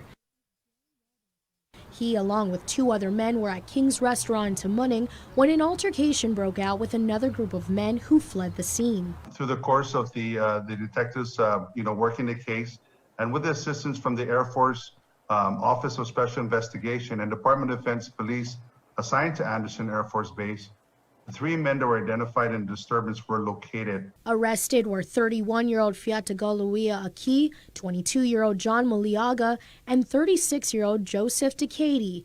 Maliaga was arrested with aggravated assault and assault, while Aki was charged with assault. Decady was booked and released for criminal facilitation. According to court documents, Maliaga allegedly struck Jaron and the two other men. Even after Jaron fell to the ground, Maliaga is accused of striking him several more times. Aki also allegedly struck Jaron, who was unconscious. According to Sergeant Tapao, this case remains open as an autopsy has yet to be conducted. As you know, with previous death investigations, once we, our pathologists make the assessment, and of course the autopsy is performed. Once we find the cause and manner of death, we will adjust accordingly in accordance with the Office of the Attorney General for additional prosecution and additional charges. Maliaga and Aki were magistrated before Superior Court Judge Jonathan Kwan Monday afternoon. It was revealed that the two are brothers and live together on base. Probation requested Maliaga's bond be set to $50,000 on the basis that further investigation may bump up his charges. He's only been on island for less than 2 months, and there are multiple alleged victims involved. Assistant Alternate Public Defender Richard Dirks, however, argued that $50,000 is out of line for the charge of aggravated assault. The amount was lowered to $25,000 with conditions upon release. Aki has been serving in the U.S. military for 12 years. He was released on a $2,000 personal recognizance bond with conditions. He moved to Guam from America Samoa in 2019. He is represented by attorney Jay Areola. Their preliminary hearing is scheduled for October 21st at 4 p.m. before Judge Alberto Lamarena. Reporting for Guam's News Network, I'm Tyler Matanani. A father and daughter are calling into question claims they were compensated for land the governor wants to build a $1 billion healthcare complex on, and they say they haven't received a penny. Here's more. I have not gotten any response from the original landowners, but my research says that the owners of that property have already been compensated. Governor Lou Leon Guerrero on KUAM last week talking about military land in Manguilao at Eagles Field she wants to use to build a new $1 billion healthcare complex. And while the governor said original landowners of the property have all been compensated for lands that were taken by the federal government, at least one original landowner and his heir beg to differ. For them to say on TV that they compensated my father, come off now. When you said that it was compensated first, show me that piece of paper, receipt or whatever, the check, whatever that you compensated him, show me that proof. Right here's the original landowner. If there was compensated, he would have gotten it, but he told you he didn't get it. Elsie Flores' father, 91-year-old Henry Tenorio Flores, tells KUAM Lot 2517-BA is situated a little bit behind Eagles Field. He tells us the land had been in his family for generations. My dad died, you see, and before he died, I was given this land.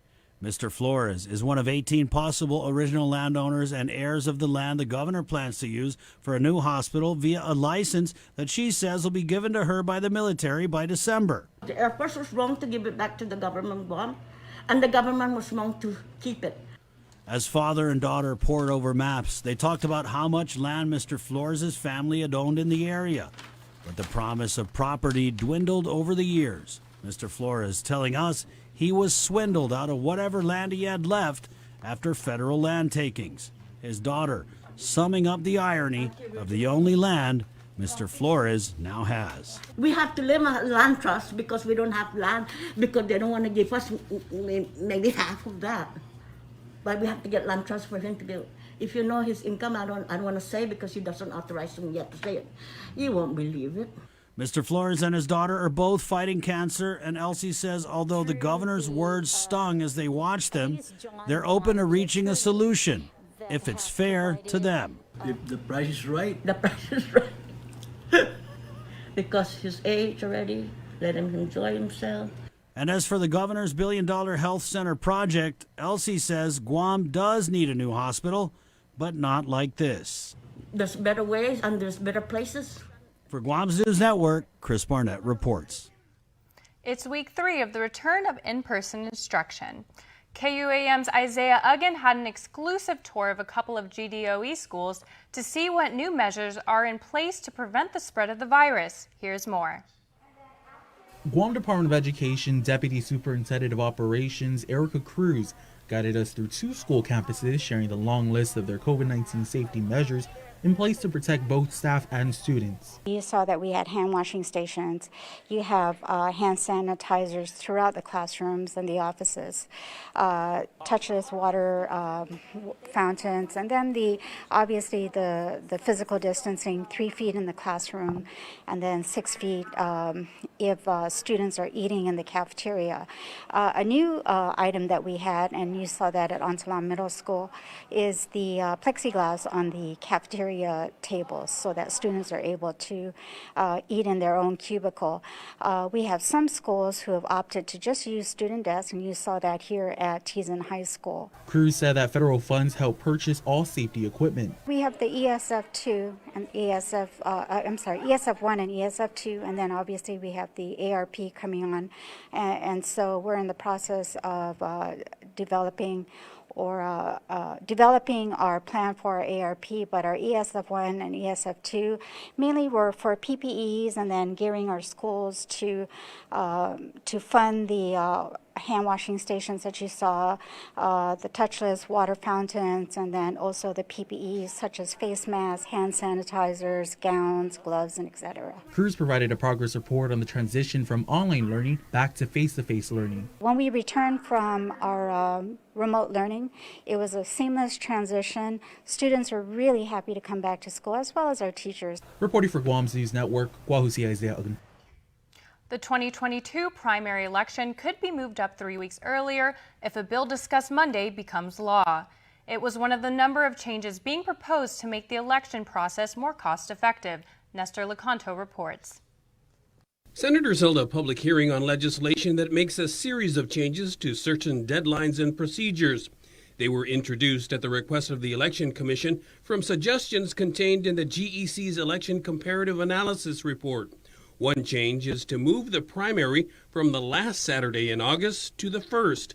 Acting Executive Director Elizabeth Santos. Conducting the primary election earlier allows the GEC additional time to prepare general election ballots and meet other local and federal election deadlines, such as the deadline to transmit absentee ballots to UOCAVA voters. UOCAVA is the Uniformed and Overseas Citizens Absentee Voting Act. Santos says those extra few weeks will allow them to remedy filing issues, ratify candidates, and print and mail out absentee ballots.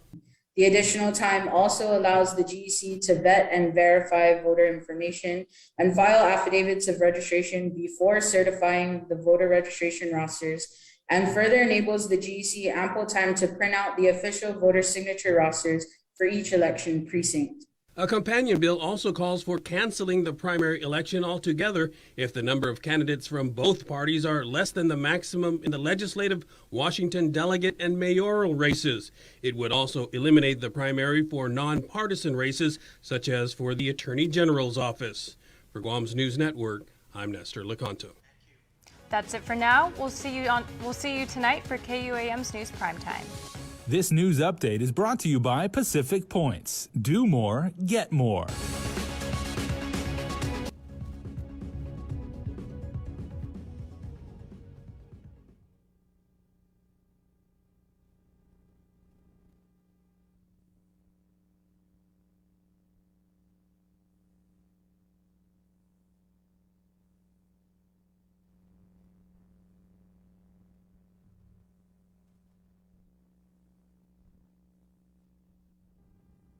Campaigns on both sides of the aisle are in full swing for this Saturday's special election. What I would like to let the people know, for those who are still on the fence, I would like to ask that you look past the party lines, because the person that you are going to elect is not going to work for the party. It should be a person who's going to work for the people, and I am that person. Follow your heart.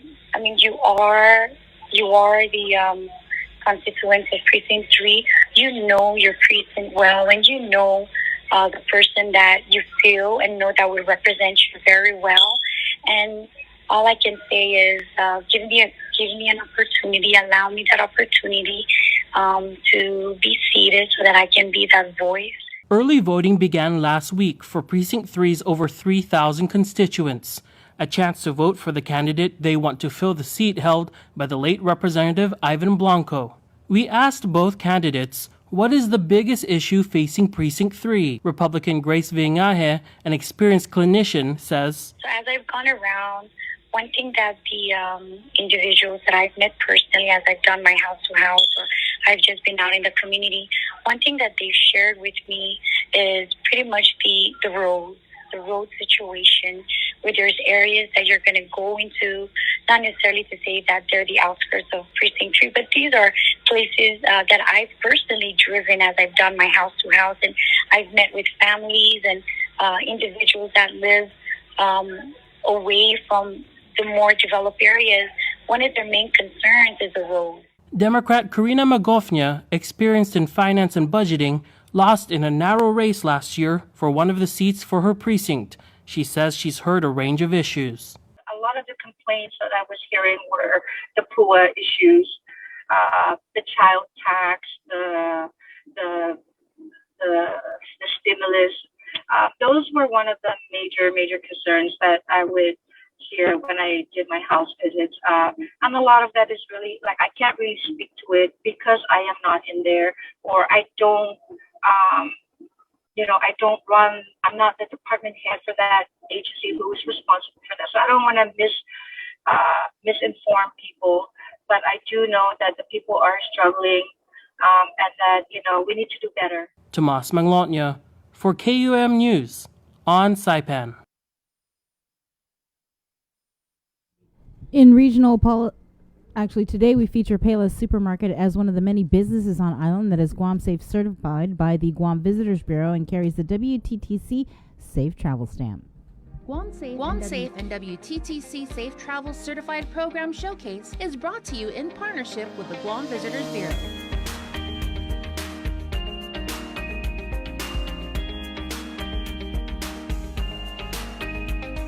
Today, I'm Kate Baltazar Dodge. I'm the Chief People Officer with Payless Markets. It's important because the health and safety of our employees and customers and vendors and all who visit our store are of the utmost priority. As an essential business throughout the pandemic, we never closed, so it was always incumbent upon us to implement the highest standards of health and safety and sanitation for everyone, and to be able to communicate that to our customers, to the public, to our employees, and also our visitors.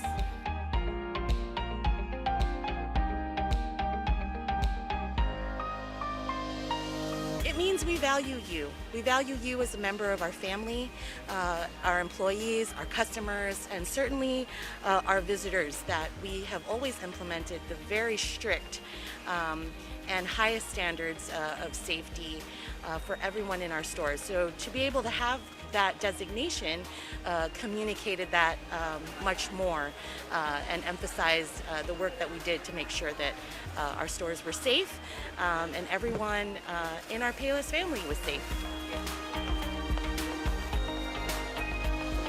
Throughout all of our 8 stores and certainly our admin building, our warehouses, and everywhere that Payless does business, since the beginning of the pandemic, we implemented a slew of measures to include temperature checks at the entrances, hand sanitizing, directional signs. We've had sanitization of shopping carts and baskets. We hired a whole crew, a brand new crew, to sanitize and clean the stores to ensure everyone's safety. So all of these things, conveyor belts, countertops, high-touch areas, that is still happening to this day to make sure that everyone is safe and that we are certainly worthy of this international designation.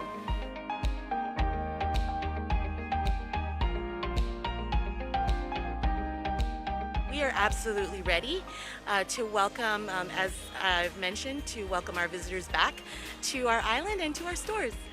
Guam Safe and WTTC Safe Travel Certified Program Showcase is brought to you in partnership with the Guam Visitors Bureau. And with your news in Chamorro, here's Kin Conception. Buenas noches to get sunto bitunod sa morgin ni KUAM News. Presenta ni Familian Mizo gi First Hawaiian Bank. Sa hulog ilunes, ma-report ni Guam Memorial Hospital na tawag man nilungang COVID na famagoon gi pediatrics ano man maamti no sen seguridad sa man fanatay pumalo siya ni ginin man malangon ng COVID. Spokesperson para Guam Memorial Hospital, si Mai Habib, asang ni KUM naman said mag-ofsiya, dyan mega na bendisyon ni para mainsima este na asunto. Piora ni ma-report na manahuloy ikaw sang COVID para famagoon gimapos na semana. Iman nini siya ni man maadmiti gi hospital sa man maamti para COVID, dyan man nahong inamlo niya para man fanata. Pagod si 8 anyos na patgon sa esta ma-clear para COVID. Esti na semana sa Emergency Nurses Week lokwi. Para itsatsunin na makontinue ay mimo kontra ay COVID kada dia. Masa sulto, Departamento de Salud Publico sa Servisyon Sosyal sa manahusang lusuto mo si resultong 67 na sample virus ni makulig dia 25 gi Hulyo hasta dia 10 gi Agosto ni man genome sequencing no Centers for Disease Control pat CDC. 59 guhin na sample sa man ma-identifika na Delta variant of concern. Ipamalo otro sa man ma-identifika na variant being monitored par VBM na kategoryo.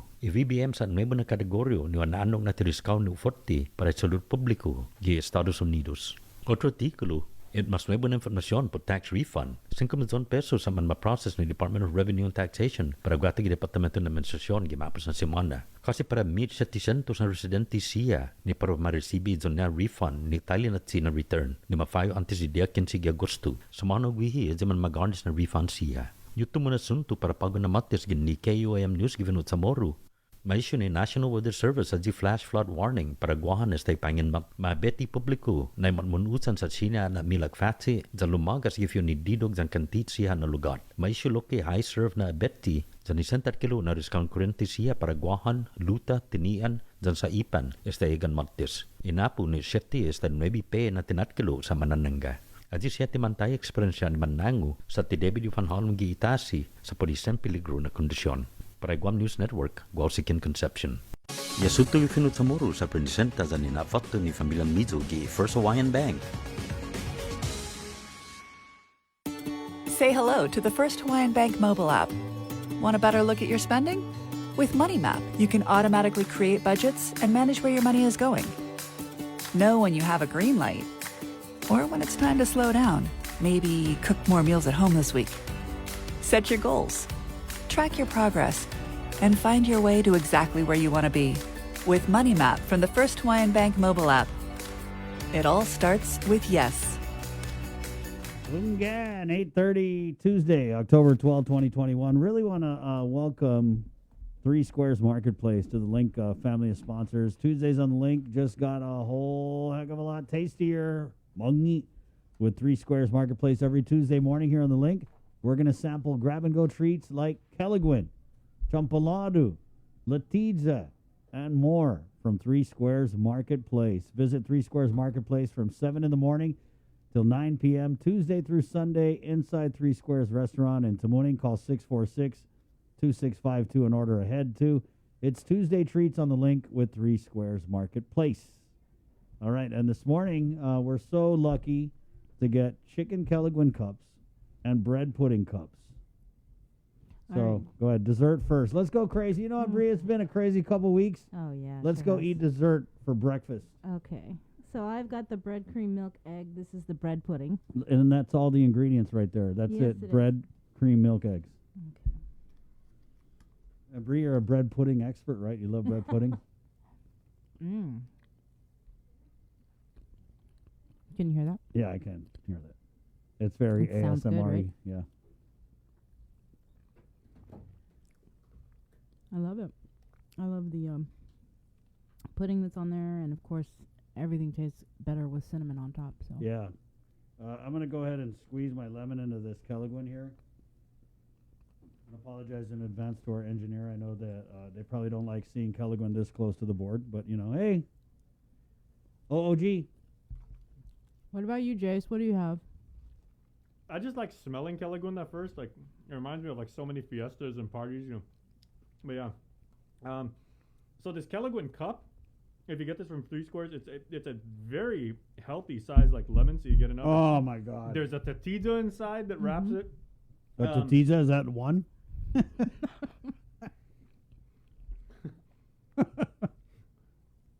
Go ahead, Jay.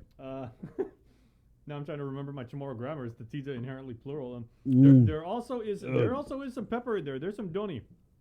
You can A little probably see bit of that. doni in there. It's spicy. This is a good Kelligwin, guys. And for me, it's the green onion that really seals the deal. For me, it's the lemon with some coconut, of course. But yeah, there's a little bit of doni. I don't like it when people give me Kelligwin with no hot pepper because Kelligwin's supposed to have hot pepper. Man, go check Three Squares Marketplace, guys. Sorry, I know, Tomas. I'm almost done with this. So good. Man, looks like you went to Saipan at the wrong time. It's a good thing. It's a good thing they serve these in cups because between Bree and I, we're just I've never drank Kelligwin before, but it's so good. I'm like one shot. I'm about to. That was good. Good stuff, dude. Good Kelligwin. Okay. Did you squeeze a lemon in yours? I squeezed a You lemon did? in mine, of course. Oh yeah, I see that pepper. Yeah, and the peppers, guys, it's sliced thinly, so it's very visible. If you don't like pepper, I don't know what your problem is, but just avoid it. Good morning, Jason. Oh, hi, Dr. Hall. We're just eating real quick. Sorry, we're going to get to you in just a sec. Okay. Hey. Thanks for taking care of the mukbang. I only ate Kelligwin, Doc. I'm watching my numbers. Yeah, so we're eating Kelligwin, Doc, and I'm sure Doc had some gumbo, jambalaya, some crawdads. It looks like he's back on Guam. Yeah, he probably had a healthy amount of that when he was in New Orleans. All right, you guys go ahead and eat. I want to get back to work because that's just the kind of guy I am. Tomas Manglotnia, live from Saipan quarantine. Yeah, quarantine, guys, it's a thing, when you want to kind of stave off positive cases in the community and maybe also have an effect on transmission of the virus and people getting sick and dying, you do what's called a quarantine facility. And so everyone who comes into a place, they do 5 days or whatever the government decides. And so Tomas is actually in a quarantine facility in the CNMI. And if you look at the CNMI numbers, which are pretty low, it's good to see you in that quarantine. It works, Tomas. So good morning. Good morning. Yes, just on the tail end of it. Hopefully tomorrow, testing negative, and will be released. As we shared in our newscast, there is a special election happening, and we're going to cover that in a lot more here in the coming days. But I guess we could share a little bit of our daily question responses that we got from the other day. Chris and Bree, we asked about if folks recall our Tyler Matanani reporting on some of the efforts happening with the recruitment for more foster families. I believe the goal in Christmas is to get around 19 families, and so we asked folks for whether or not they would participate in the mayor's campaign to recruit more foster parents. Why or why not? We got some really meaningful and engaged responses over our Facebook audience. Gabrielle writing, this is a great idea, but there needs to be critical self-reflection on why many foster families chose not to foster once licensing expires, why social worker retention is so low, and why so many cases are still open 2 to 3 years after initial removal. This commenter continues to write, the issue isn't only that we need more foster families, GovGuam needs to get their act together, they say. Nelly writing on Facebook, praying for awesome, caring, and loving family environment for these beautiful children, with heart emojis there. Another commenter on Facebook writing that they'd love to. This person saying, if I was more financially stable, I'm a single mom in my late 20s with a 6-year-old, so I still have a lot on my plate. And this last comment we'll share with you today. Kudos to the Mayor's Council, and those involved. Writing there, it takes a village. Yesterday's daily question again, would you participate in the mayor's campaign to recruit more foster parents? And today we'll have another daily question up around 10 a.m. and sharing. And if you missed that, we'll have more on prime time. So lots of meaningful responses there that we got from our audience on social media. Tomas, great reporting you did on the NMI special election. Yeah, so Precinct 3 is one of the largest precincts here on Saipan, and over 3,500 registered voters. Early voting began last Saturday, and polls close this Saturday. And yeah, we'll see. We're seeing a lot in many ways. This special election might be might be foreshadowing to what will happen in the gubernatorial election. While both candidates said look beyond party lines, we can't help but see party lines as they are running under the Democratic and Republican banners. And so we'll see. I'll just looking at some of the comments and reactions to her story, and obviously Congressman Kilili supporting the Democrat candidate Karina Magofnia, and current Governor Ralph Torres supporting the Republican candidate Grace Sablan Villanueva. And so we'll see what happens. We'll bring you the latest there, and a lot more in terms of just all that's happening up in the CNMI related to the pandemic, related to economic recovery, and related to what life is like now, given all of the protocols that are in place for all arriving travelers and expanding travel bubbles. So much happening up here. Is this anticipated to be a really close election? I think it is. I think people.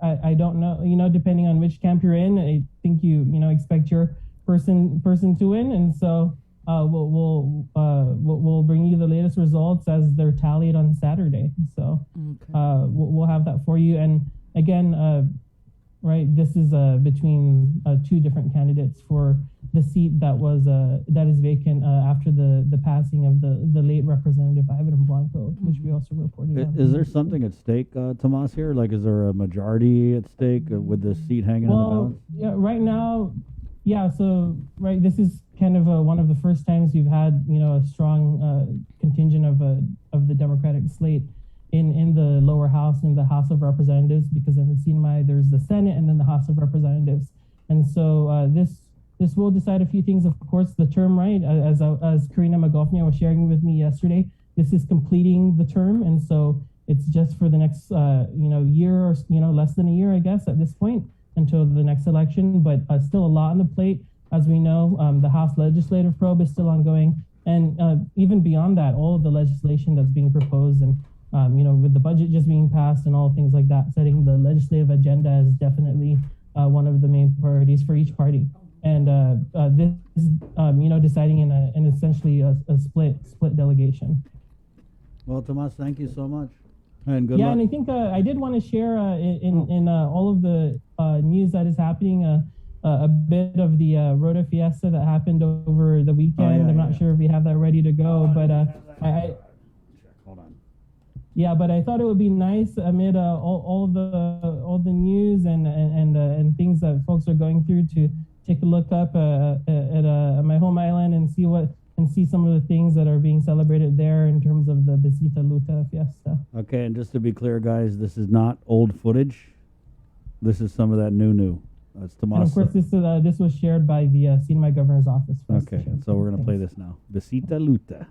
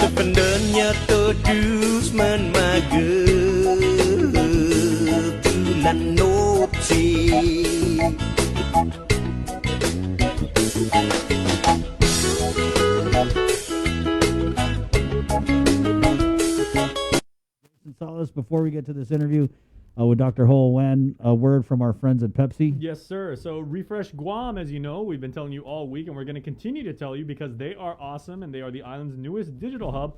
Please check them out. Don't just check them out, all right? Go to their feeds and then follow them. That is the best way to get their content. Just subscribe to their feeds. You're not going to be disappointed. They're on Instagram and on Facebook on Refresh Guam. They've got truly local content and daily giveaways.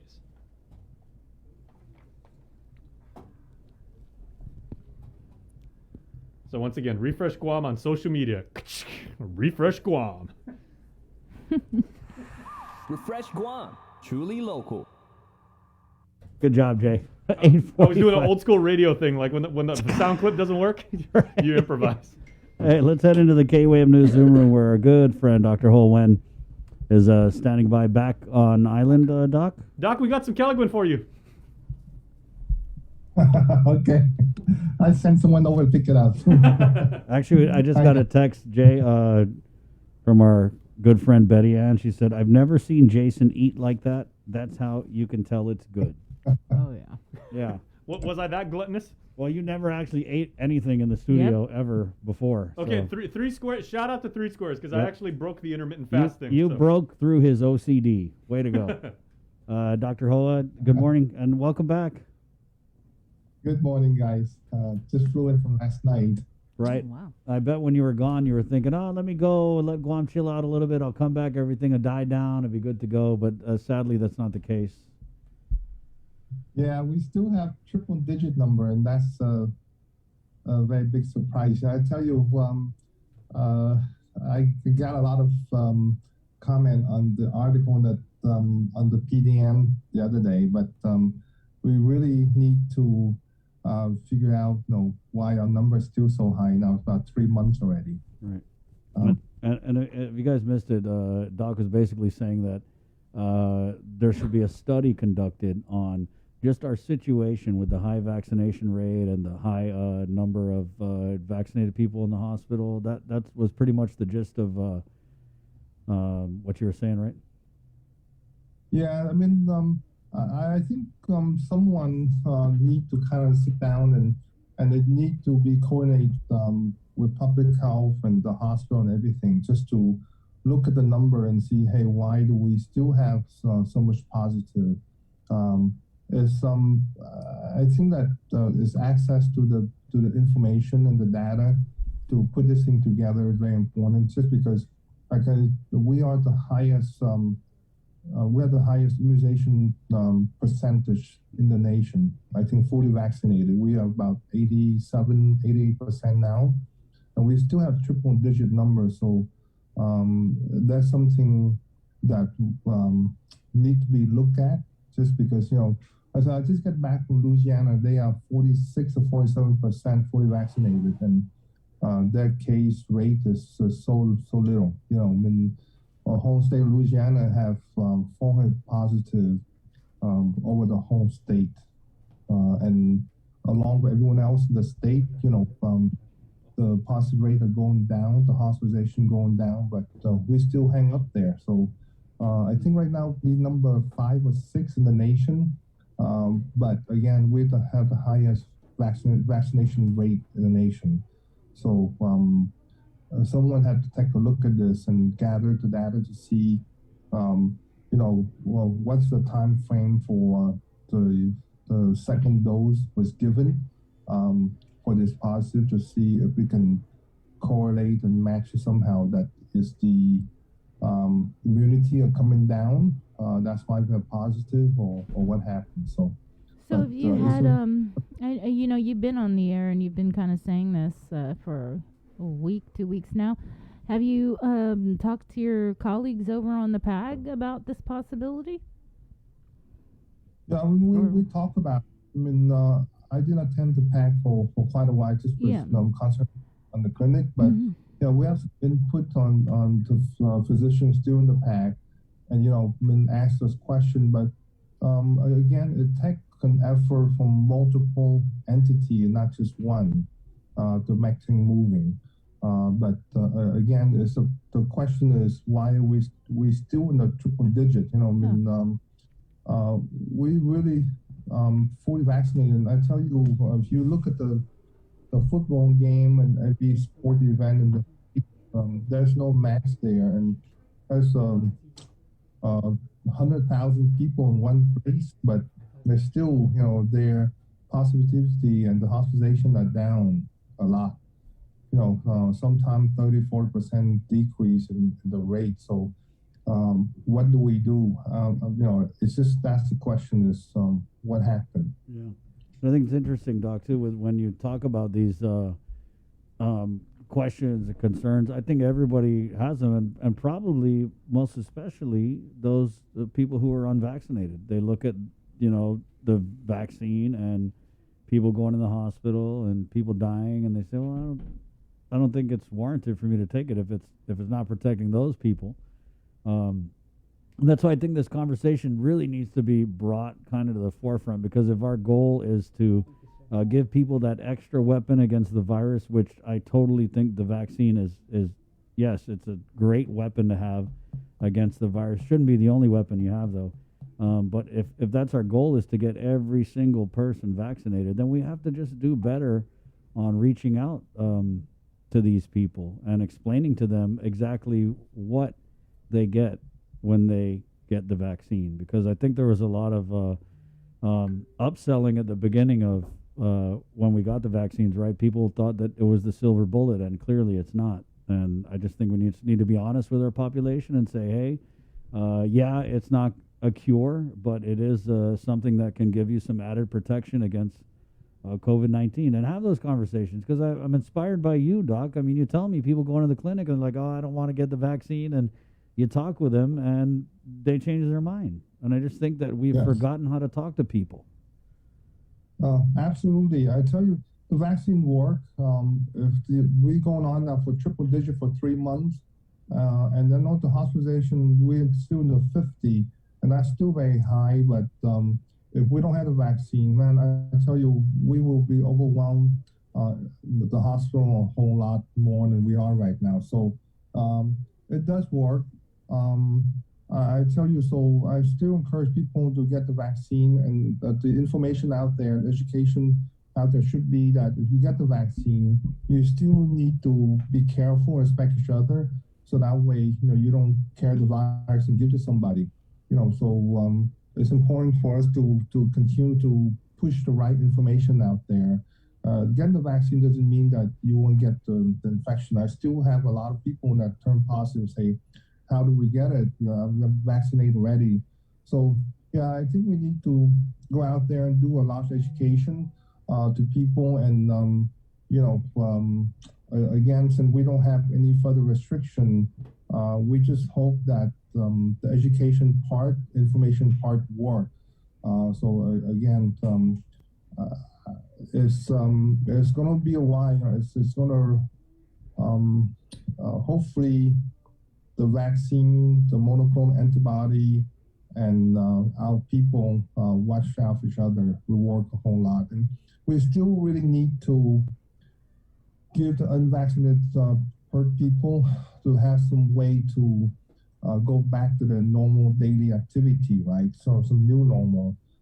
We cannot continue to restrict them of everything they want to do.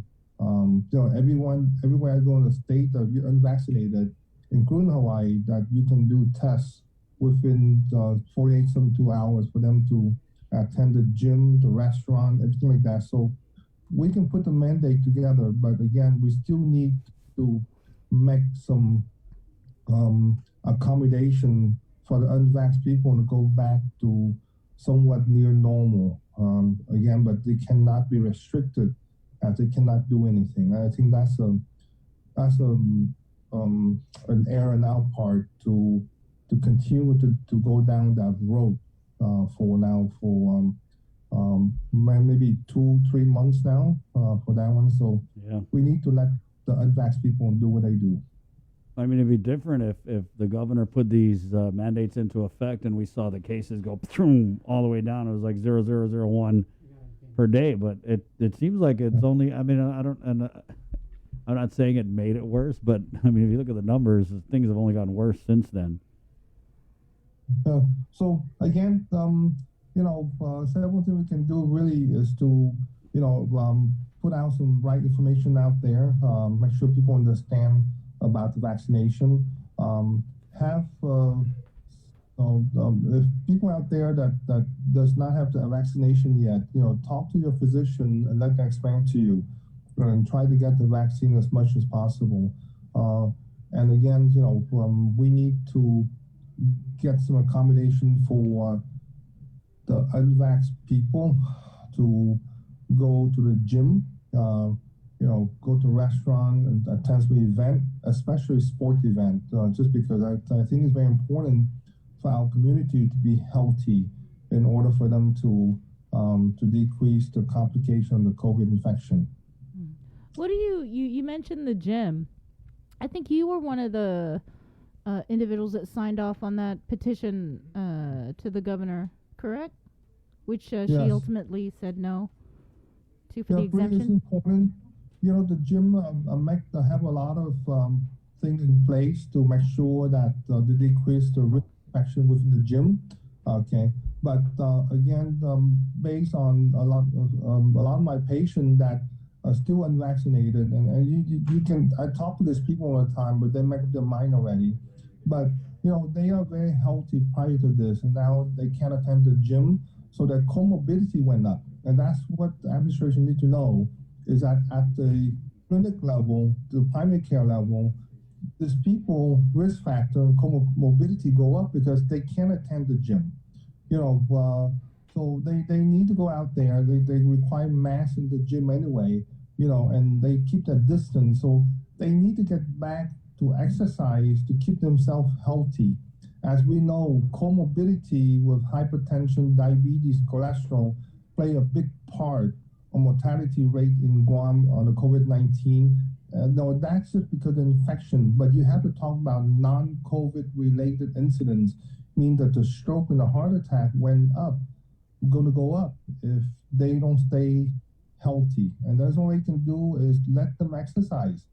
But you cannot prevent people from trying to get themselves healthy by denying them access to the gym. They can get tested. That's another way that you can assure that people who go to the gym is not infected. If it's negative, every 48, 72 hours or so, let them exercise. That's what we should encourage, a healthy lifestyle. Were you kind of surprised that the governor said no to this vaccine exemption? Yeah, I think things need to be based on science and not fear. I think that, the science, the data being there, that, again, you gotta listen to the physician, and what we see in the clinic every day is that you need to encourage people to exercise, and I mean, you can, there's people, doesn't matter what you do, there's a few percentage out there that doesn't matter what you do to them, they will not get vaccinated. But doesn't mean that you won't give them a way for them to stay healthy, because if you think the unvaxxed going to have a higher risk complication, dying from the infection, then let themselves get healthy by exercise and along with their lifestyle, their diet. But exercise, the main thing is really help them cut down the risk factor, also mentally, it keep them strong. Really, you were surprised though, Doc? Yeah, I'm kind of surprised. I mean, I think that Claire Calvo, she put a very good effort in trying to get people healthy with exercise, all that kind of stuff. It's just it's very good to see people, walking outside, running outside, biking. But some people cannot do that outside. They need to have, for different reasons, they need to access to the gym. And I think that they should let those people access to the gym. Me too. Right. Yeah. And that letter, Claire actually wrote it, but there were several other individuals that signed off on this letter. You have Samantha Sablon from Custom Fitness, Melker Mandabusen from Spike 22, Kevin Jalik from Guam Muay Thai, Terry Knapp from Skip, James Sardea from Urban Fitness, Marilyn Gumobon from G6 Fitness, Daniel Gutierrez from Body Arts, Pepe Laflemme, New Form Pilates, Sarah Langston, Lotus Yoga, Frank and Sarah Camacho, Dr. Horinucci from Dr. Horinucci, Dr. Wynn, Leona Arevalo, Synergy Studios, Bella Jones, Paradise Fitness, Mark Manzano, Paradise Fitness, Lorelei Nelson, Synergy Studios. So yeah, so it's not just one, the Skip kids, for crying out loud, the Skip kids signed this letter. You're gonna tell the Skip kids no? And I mean, Doc, to me, also physical therapy. Some of the clinics mentioned there were physical therapy, like businesses. Too. I mean, Dr. Horinucci is, he's like a holistic wellness guy. Yeah. But Doc, I want to go back to the protocols, right? Because public health, the business community, the fitness community, the gyms, the studios, whatever, yoga, Pilates, all that stuff, they're obligated to come up with these protocols and submit them to public health. And we hold up these protocols and we say there's no transmission at the businesses because of these protocols that public health approves. We hold up these protocols and say they haven't led to any transmission at the gyms because of these protocols that public health approves. So I just don't get it. I mean, these protocols are in place. If you go to the gym, you get your own space, right? And we're talking about people who, for the most part, are pretty healthy and are wanting to stay healthy. If we ask the majority of physicians will support this, like I say, we all do the same thing, right? I mean, we express to our patient that they need to do exercise to be healthy, to stay healthy. So I don't think you will find a lot of physicians out there that object the claims for people to go to the gym and exercise. That's the main things. And I tell you, we need to encourage people to do that. Like I say, if you're concerned about the unvaxxed personnel, then we have tests now. It takes 15 minutes. Maybe test them before they go to the gym if you want to do that. But they have to have certain way to accommodate them rather than to flat say no. Because again, after the main surge of the COVID-19, I got to remind people and remind Astrid that we will expect to have a surge in a non-COVID admission because of this surge. So we have to provide a way for our people to stay healthy to try to minimize the non-COVID surge after this. How many months went through this thing already for the last 3 months. So the hospital admission will go down to COVID-19 in the future sometime, but then the non-COVID admission will start to go up. So we have to base things on the science, and we need to realize that comorbidity will affect the admission to the hospital and the complication COVID-19. So we have to do things to let our people stay healthy. So I tell you, find ways for people to get to the gym, if they don't want to get vaccinated. Test them before they go. It takes 15 minutes. I think not everyone's going to be agree, but a lot of people will say, hey, test me and I can go to the gym. Thanks, Doc. Okay, but yeah, we just have to make ways, but to keep going on the same way we do right now for the last 3 months, I think that it's not going to work. It's going to, COVID-19, the Delta will go away eventually, but the question is how long and how many people are going to die when we change anything. Yeah, that is the question, and people keep dying. 12 weeks into this thing, do you talk about doing the same thing over and over? I mean, we're not even... I don't get it. To me, I think it's there are ethical issues with just allowing this thing to run rampant on our island. Yes. And again, we have to find out, I think, why we have so high a percentage. I think we're about 40 to 45% breakthrough rate. Yeah. And our hospital admission is about 40-something% vaccinated. In the state, the number is around 10% or so. So we're still way above that. So it takes multiple entity to do the study and gather all the data. So I would say that someone needs to take a look at that. Good points, Doc. I appreciate it. We'll ask around. Thank you for your time. Okay. Be safe, guys. Okay. Welcome home. Bye-bye. Yeah, Welcome home, back. Doc. Right on. Okay. 9:04. Quick break, and we're coming back with Jason Solis. Ladies, brace yourselves. The link continues next. Breast cancer is the second leading cause of cancer death in women. The chances that a woman will die of breast cancer is about 1 in 38. Although there is no sure way to prevent breast cancer, there are certain things that you can do, such as eat healthier and exercise. For more information about breast cancer, go to the American Cancer Society's website at cancer.org. Also, on October 22nd, we invite you to think pink by wearing the color pink on that day in solidarity of our breast cancer survivors and warriors. This pink message is brought to you in partnership with Ordot Dental Clinic, joining the fight against cancer in honor of brave warriors, survivors, and their families. Island Cancer Center and American Cancer Society.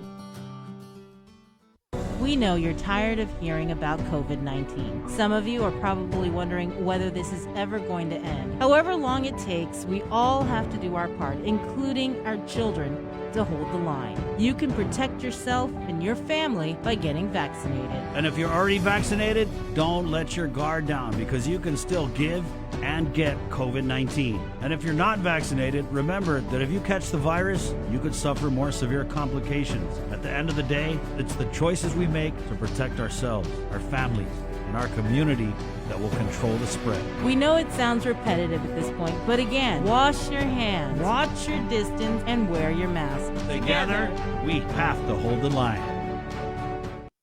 The KUAM Podcast Network is back and on demand, featuring a great variety of podcasts from our island and region, including culture, lifestyle, awareness, crime, politics, commentary, comedy, and entertainment. Available on most streaming platforms. The KUAM Podcast Network. Subscribe and listen now.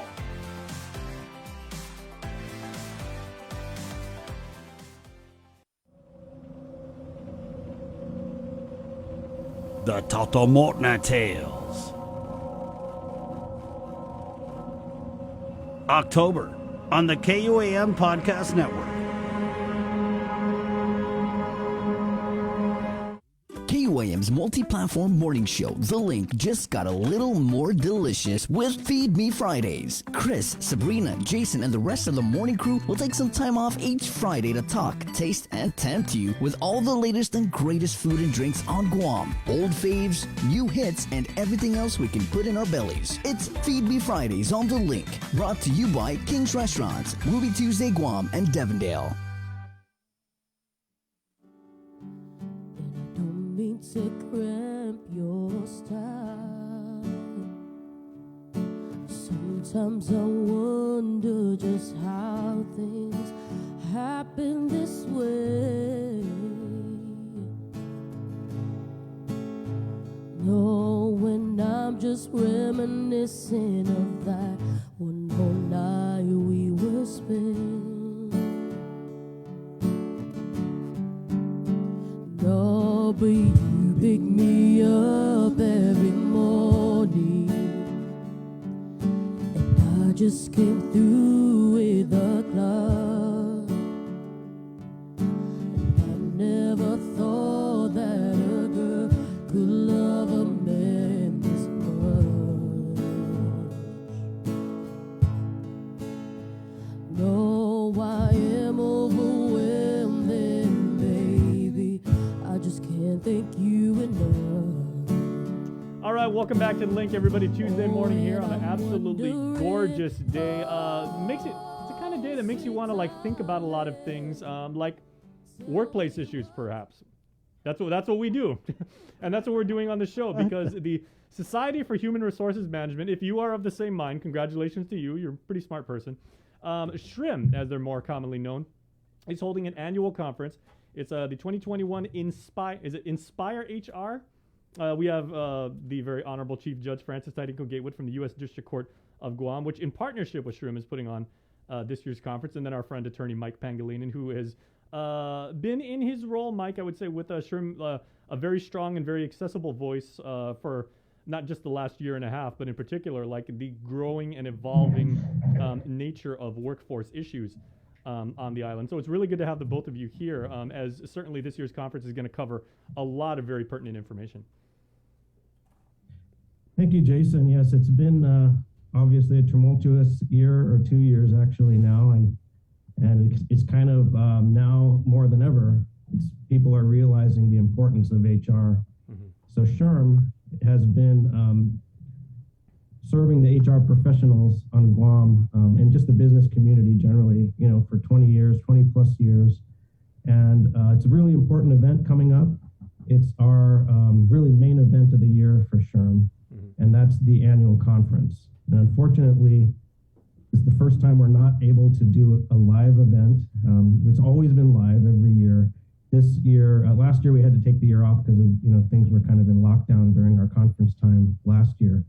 But this year, we're going to do it virtually, and we're trying to be as safe as possible. That's the safest way to do things, given the situation we're in now. But we're not going to let that stop us from making this an awesome event. And it's something that really, there's a little bit of something for everyone at this event. HR professionals generally, but HR professionals and lawyers really have a lot in common. People come to both HR professionals and lawyers when they have problems in the workplace. And so, you both have a massive respect for and upholding the principles of compliance. That's right, and that's why we're so thrilled that Chief Judge Tydenko Gatewood has agreed to co-sponsor, the District Court of Guam has agreed to co-sponsor our event this year. It's the first time we've ever combined forces with the District Court, but it's really kind of really long overdue, because really, like I said, there's so much in common between the legal community and the HR professional community in terms of making sure that people have a safe work environment and are in compliance, and just sort of taking care of people. And it's really a natural partnership.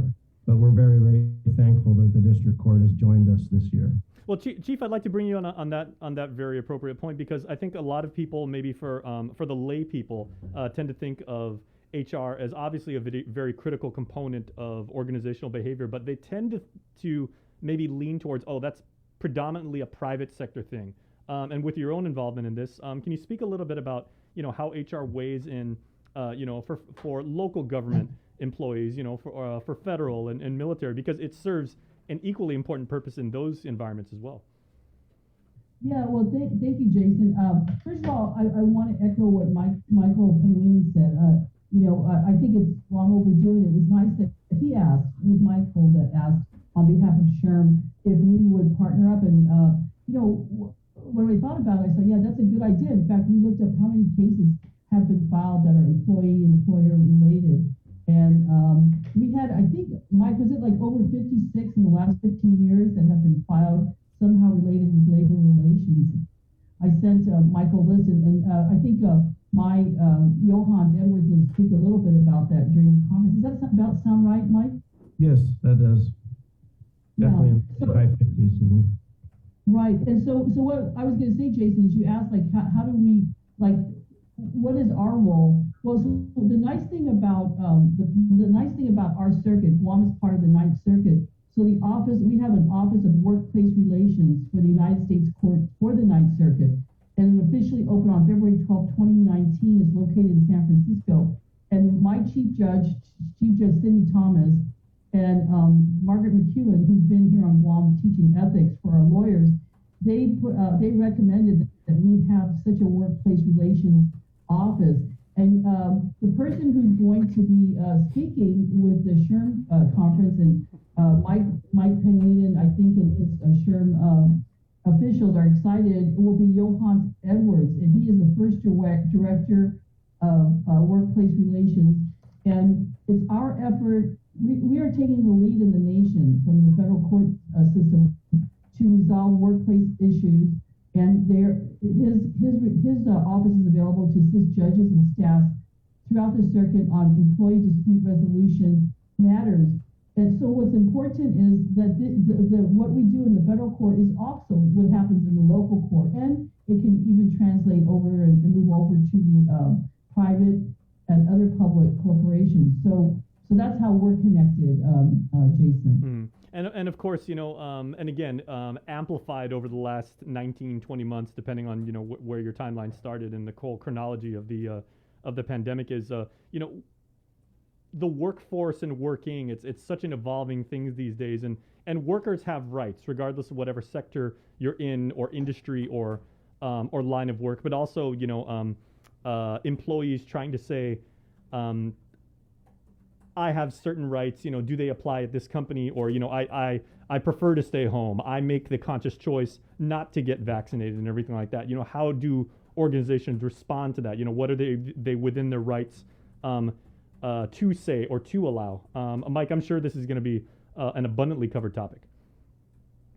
Yeah, that's an important topic. And I think that going into this conference, we're well aware that those kinds of COVID-19 related issues are kind of in the fore of people's minds right now. And I think that we've definitely planned a really robust program of content for this program, for this particular conference, with that in mind. So we'll definitely get into those issues. I think that, we've gone through so much over the past, like you said, 19, 20 months, having to try to analyze new laws that have passed and lots of regulations and implement regulations in a way that they've never been implemented before, and trying to adapt our businesses, that I think it's not only do we want to kind of reflect upon some of those issues and talk about those issues at this conference, but also talk about kind of the way forward. Now that life is starting to kind of transition back, what lessons have been learned over the past 20 months that now really can improve businesses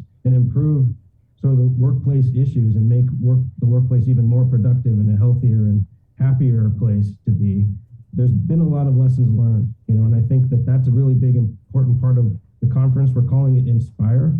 We spell it with the last two letters of HR to kind of emphasize that we're really talking about the workplace, but we're saying Inspire 2021 because we're talking about kind of moving forward. We don't want to dwell on kind of the difficulties we've had. We have to kind of get through this, but yes, we're definitely going to kind of address those issues. And as Chief Judge Tydenko Gatewood mentioned, we have a great lineup of legal professionals, including Johannes Edwards from the Ninth Circuit, that will talk about legal issues. We'll have a presentation by Vince Camacho, who will walk through a workplace dispute, how you take it from the origins of the dispute at the HR manager's office all the way through the court system, through the EEOC process. Vince will walk us through that process to get people familiar with it, because that's something that definitely exists, in whether there's a pandemic condition or not, but all the more important when people's rights are at the forefront of everyone's discussion. We'll have another segment in the legal side where we'll kind of have a behind the scenes look. We have an employment lawyer who's spent 50 years representing employees against companies and that's Tom Sinclair from San Francisco, and he's going to be talking about a workplace dispute, a COVID-19 hypothetical dispute, and he's going to break it down to show you how a plaintiff's lawyer would handle this, to give employers a view of that. So it's sort of a rare opportunity for employers to get a sense of how would a plaintiff's lawyer handle trying to bring a case against a company. That can sort of help them prepare themselves. But this is really just the legal side. There's plenty of other content. We've got the president of the SHRM Global Organization, Johnny C. Taylor Jr. He's going to be the keynote speaker at the conference. And, you see him frequently on CNN. He's a heavy hitter. Yes, he's been in Guam before. The last time we had an annual conference was 2 years ago, and he was actually here live in person for that. He's going to be presenting, keynoting virtually on that. But we've got a great lineup. We've got Dr. Milton Perkins, who's a workplace expert in workforce training, investigations, and diversity, equity, and inclusion. And that's a really important kind of newly emerging policy change that most businesses are adapting to, is to make sure that they implement that, because that's become a productive way to not only make the workplace better, but also make your business more productive. Yeah, Mike, if I may, I didn't get a chance to ask you the last time you were on the show, because, you, Sabrina, and Chris covered so much ground as far as, what the HR community here was prepared for, and then what they were currently dealing with as far as, disputes, questions. The vaccination was just rolling out at that time. So it's a fantastic interview. If you guys want to check out Mike's interview that I'm speaking of right now, go on our YouTube channel. It's on youtube.com/KUAM News. But one thing I didn't get to ask you was, how has Guam's involvement with labor unions been, maybe either dealt with, or how has SHRM considered that, or, is that going to be covered in the conference as well? Because that's kind of like its own thing within the realm of HR, but I would hope maybe a little, is it even relevant, I guess, is the question. Well, it's not something that is, there hasn't been very much of that in Guam yet. I mean, I know that's starting to emerge, but there's very few union shops in Guam, and so it's not something that really comes up very often in discussion with SHRM, where we're asked to kind of give guidance on that. But we're certainly prepared to give guidance on that. SHRM is a global organization, and there's SHRM chapters. There's 500 chapters around the country, and so there's so in all different places we've got expertise that we can bring to that issue. And at this conference, it's going to be interactive, so you can ask questions to any of the presenters. And if there's anyone that has any sort of concerns regarding any sort of union issues, they can certainly bring it up to there's going to be a long lineup of experts that can address that. Outstanding. Okay, Your Honor, I'd like to go back to you for this one, because I see, I'm looking at the agenda and the lineup of speakers right now, and it's absolutely fantastic. Just the spectrum of topics is going to be covered. But one that's later on, maybe just right after lunch, is diversity, equity, and inclusion. That's going to be a topic. And Your Honor, I'd like to bring you into this, because I remember back in Pride Month, you actually were one of the organizers, and I believe you were on the panel, if not the moderator of the Pride Forum that was held and everything like that, and diversity, and making sure that you have an ethnically diverse, a self-identification diverse and inclusive workforce is such an important thing here in 2021, and that's obviously a very, very big topic. Yes, and Mike Pangilinan has made sure that that's included in the agenda, and I think I see Vince Camacho involved in that, and hopefully Johans will weigh in, because we have a very big diversity, inclusion, DEI program at the Ninth Circuit. But yes, you're right. I was a moderator for our LGBTQ plus seminar, and virtual conference, and it was really, really fascinating. I learned a lot. I think that's important. Like, even in the district court, Jason, we have, they make sure that they track, and they try to see, do we hire individuals based on the people that we actually serve? I mean, do we just hire all Chamorros, or all Filipinos, or all Caucasians? Exactly. Who are we serving? So we have to turn in a report annually, like what does our employee environment look like? Who are the people working at the District Court of Guam? I think that's important. And then, like you said, the whole issue of inclusion and really understanding, not just the diversity, but understanding, like, what does LGBTQ plus mean? I got to tell you, I think I told you that, Jason, or Sabrina and Chris, that I learned a lot from just that preparing for the LGBTQ seminar. And that's going to be pivotal. Mike Pangilinan made sure that was front and center as well at this very, very spectacular conference. By the way, if I may, Michael, somebody told me that the president of SHRM, Johnny Taylor, has a connection to Guam. Is that true? Yeah, that's right, Chief Judge. I can let Johnny speak to that himself probably when he does his interview tomorrow. But yeah, he has a family member who lives in Guam, and so nice. And so that it encourages him to sort of stay connected, and it sort of helps to create that sort of connection and bond that we have with them. Okay, and of course that tried and true human resources practice in any Guam organization. You know, you have to have the one you've got accounts payable, accounts receivable, like in the drawers and everything like that, and then you have to have the achoti to make the red rice for your potluck party, and you've got to have the risketti stored somewhere. Oh yeah, everybody loves risketti. Okay, so I guess the very obvious. Answered your question, Jason. I hope that answered your question. Oh, absolutely. Yeah, thank you, Your Honor. So I guess in closing, we'll just say like, how can people register to do this? And Mike, do they have to be SHRM members? Yeah. So before we close, if you don't mind, I would just want to mention a couple other sort of things that are special about this event. Yeah. So because we're making it virtual, because it's virtual, it has to be virtual this year. We've sort of wanted to make it seem sort of like a live experience. So we're having it, it's going to be it's not going to be one of these sort of seminars where you're sitting looking only at people's faces on a screen. We're going to have a sort of an interactive environment where we have multiple camera angles. It's going to have sort of a TED Talk kind of feel to it. Nice. The way it's going to be presented. We're really kind of pulling out all the stops to make it good. Plenty of firsts for conferences in this event. Not only the partnership with the district court, but we're also going to actually provide lunch. How many virtual conferences provide lunch to their attendees? We're going to have lunch delivered through the Uno Go app.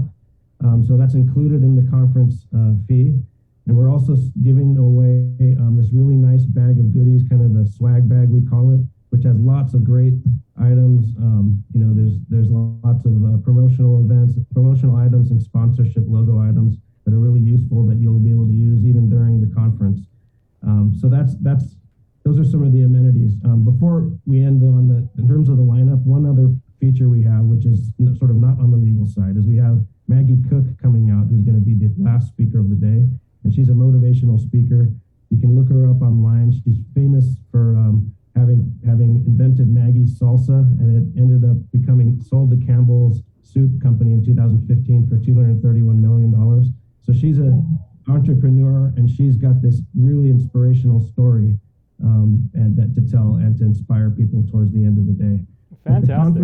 The conference is open to anyone. We really want it's open. It's really not just for HR professionals and lawyers, but for any business owners or anyone involved in business. It's going to be hugely helpful.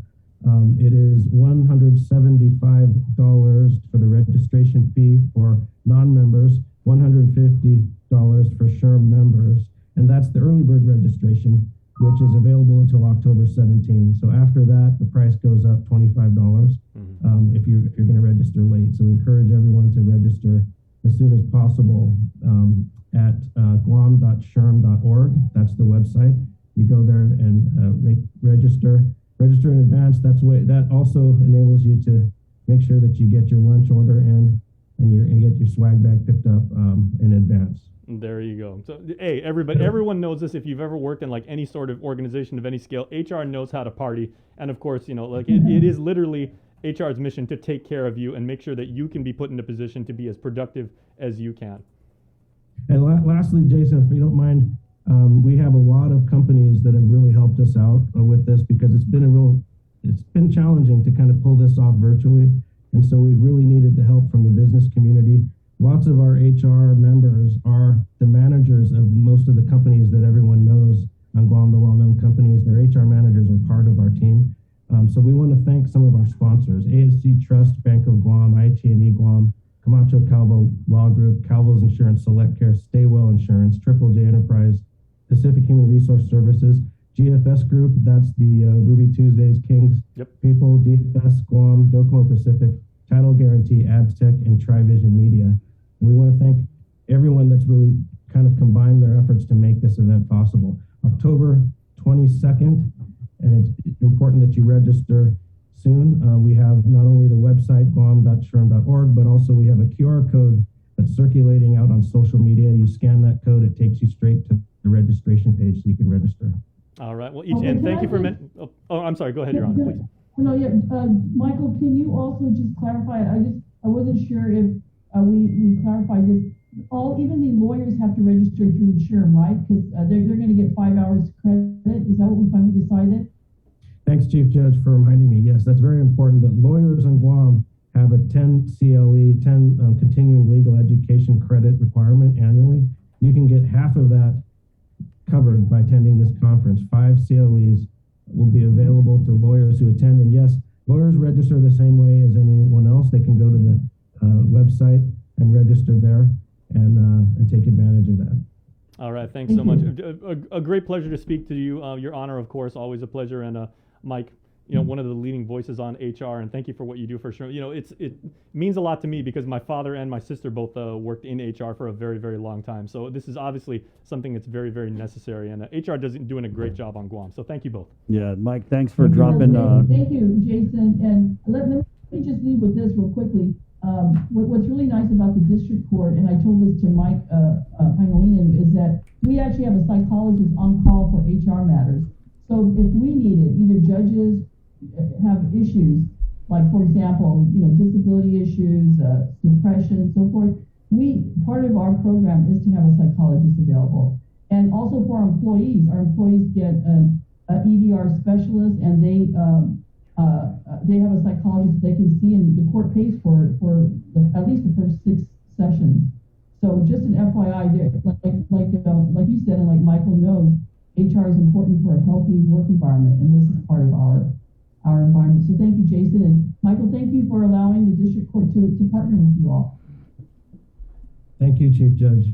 Appreciate it so much. Thank you, Mike, for also saying swag bag during the interview.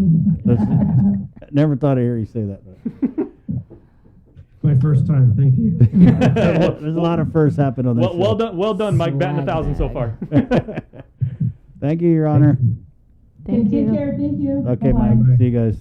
There you go. It's 9:30. Quick break, and we're coming back with the Division of Environmental Health, Department of Public Health and Social Services next on The Link. Good morning. We know you're tired of hearing about COVID-19. Some of you are probably wondering whether this is ever going to end. However long it takes, we all have to do our part, including our children, to hold the line. You can protect yourself and your family by getting vaccinated. And if you're already vaccinated, don't let your guard down because you can still give and get COVID-19. And if you're not vaccinated, remember that if you catch the virus, you could suffer more severe complications. At the end of the day, it's the choices we make to protect ourselves, our families, and our community that will control the spread. We know it sounds repetitive at this point, but again, wash your hands, watch your distance, and wear your mask. Together, we have to hold the line. The relationship between Guam and Manila, Philippines is undeniable as we share similar cultural traditions, history, and heritage. With generations of Filipinos calling Guam home, KUAM presents a monthly look at the capital city featuring in-depth and engaging interviews on everything from medical tourism to new business and government leaders. Veteran newscaster Nestor Lecanto delivers Beyond Our Borders. This special program is brought to you by KFC and the Medical City, where patients are partners. GU Self-Storage, conveniently located near the Harmon McDonald's. We offer affordable rates, online payments, and auto bill pay for your convenience. Plus gate access daily from 6 a.m. to 9 p.m. Call us today at 648-7867 for more information. Say hello to the First Hawaiian Bank mobile app, where you get smart insights into your finances so you can make smart decisions with your money. With a daily personalized feed, you can compare your monthly income to spending. That's better. Discover where your money is actually going. You might be surprised. See what's essential and what isn't. The more you use the app, the smarter it gets. With insights from the First Hawaiian Bank mobile app, it all starts with yes. Do you feel like you're missing out on something? Make life more rewarding with Pacific Points. Earn and redeem points for bill rebates and free load at IT&E, discounts on fuel at Shell, vouchers at Foodies, and United Mileage Plus miles. You can even pay with Pacific Points at IT&E, Shell, and Foodies. Pacific Points. Do more, get more. See what's on TV tonight with schedules, network news and notes, local promotions and giveaways on KYM Communications social media pages. Like and follow us on Facebook or Instagram now for all the latest and never miss out. The KUAM Podcast Network is back and on demand, featuring a great variety of podcasts from our island and region, including culture, lifestyle, awareness, crime, politics, commentary, comedy, and entertainment. Available on most streaming platforms. The KUAM Podcast Network. Subscribe and listen now.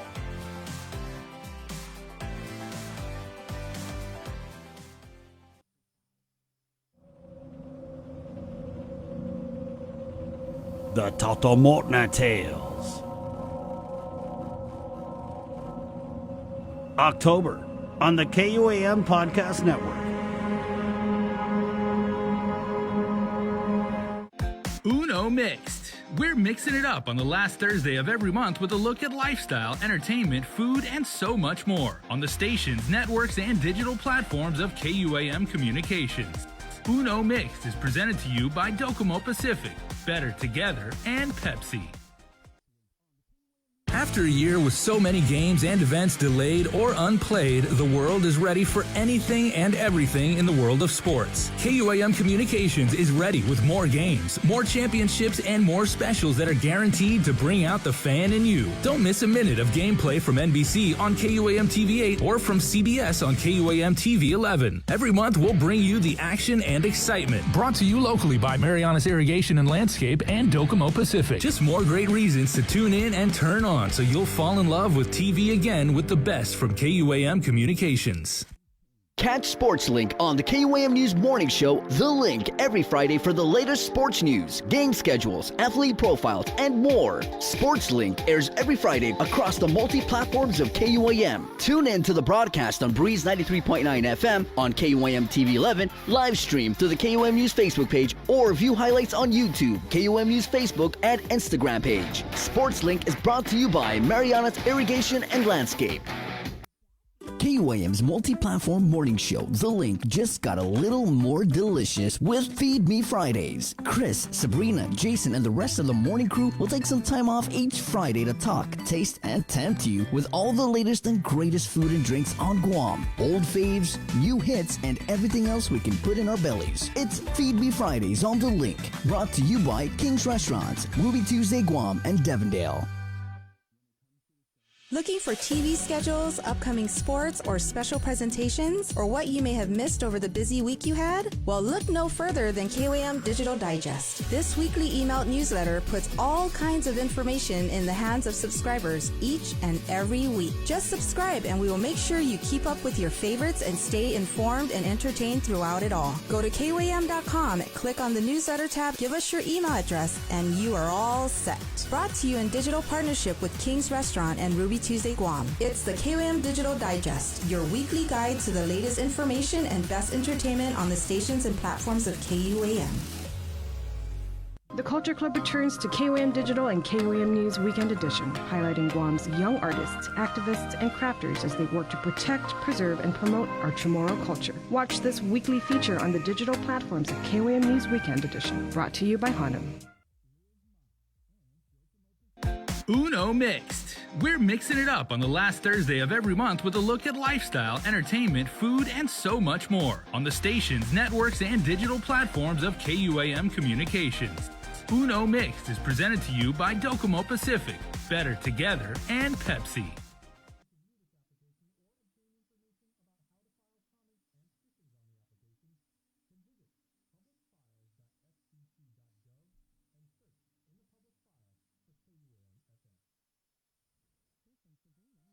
The link here on Breeze 93.9 FM.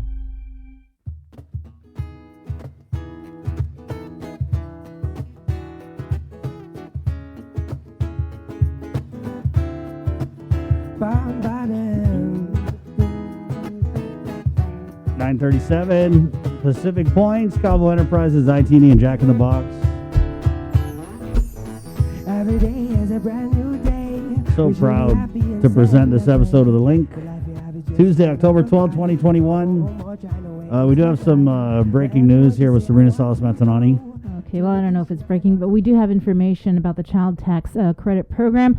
We just got a release from Adeloop that the Guam Department of Revenue and Taxation announced today that it has extended the deadline for manually filing the Form 1532 3A GU to Tuesday, October 12th, which is Wait. today. So Yeah, wait.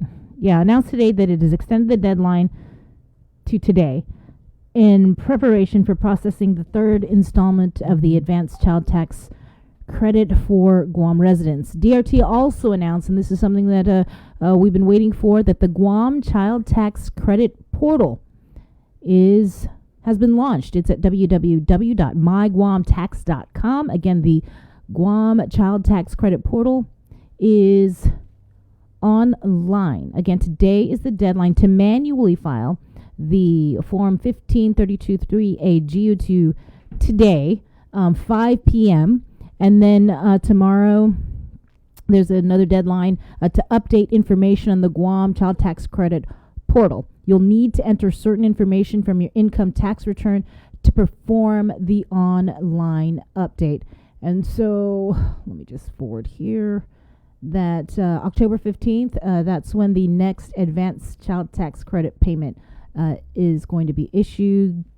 Taxpayers will be able to make the following changes by manually, again, filing that document today, 5 p.m., or you can do it online on the Guam CTC portal. Again, that's located at myguamtax.com. So the deadline to file it manually has been extended to today, and they announced that today.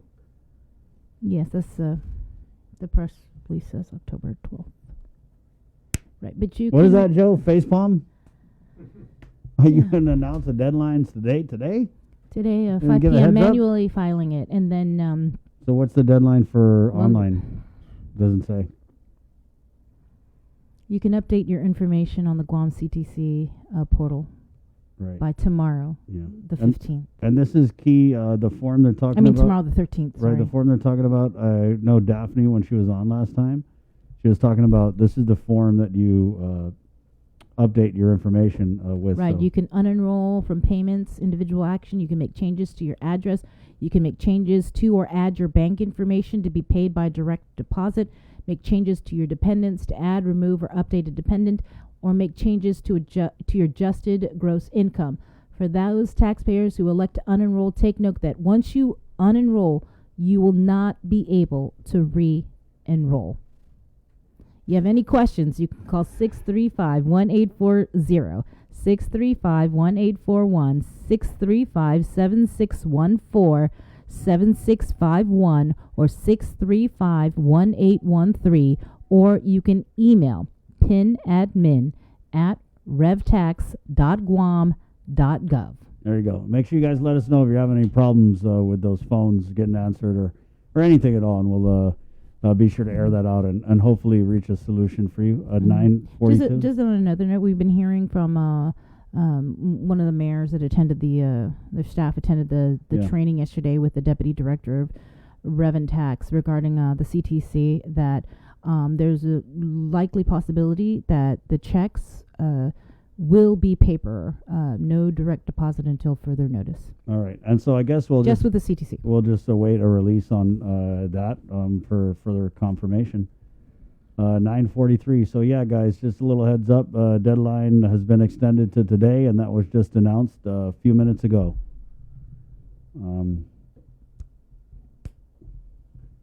Hey, it's 9:43. Let's switch gears now and head into the KUAM News Zoom room, where we have from the Division of Environmental Health, DPHSS, Remelisa Oriondo, and she is a health inspector. What's like your official title, Remelisa? Good morning.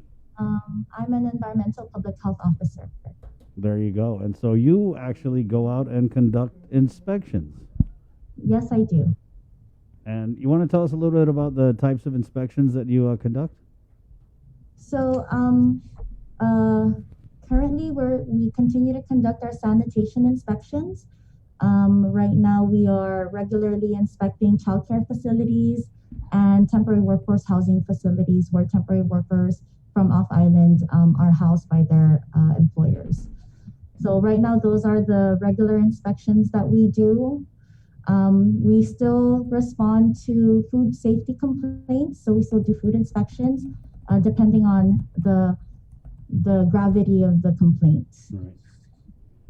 Remelisa, so in looking over you guys' inspection reports, I see that you routinely find some violations when you inspect these workforce barracks type settings. Can you kind of share with us what are some of the common violations that you find?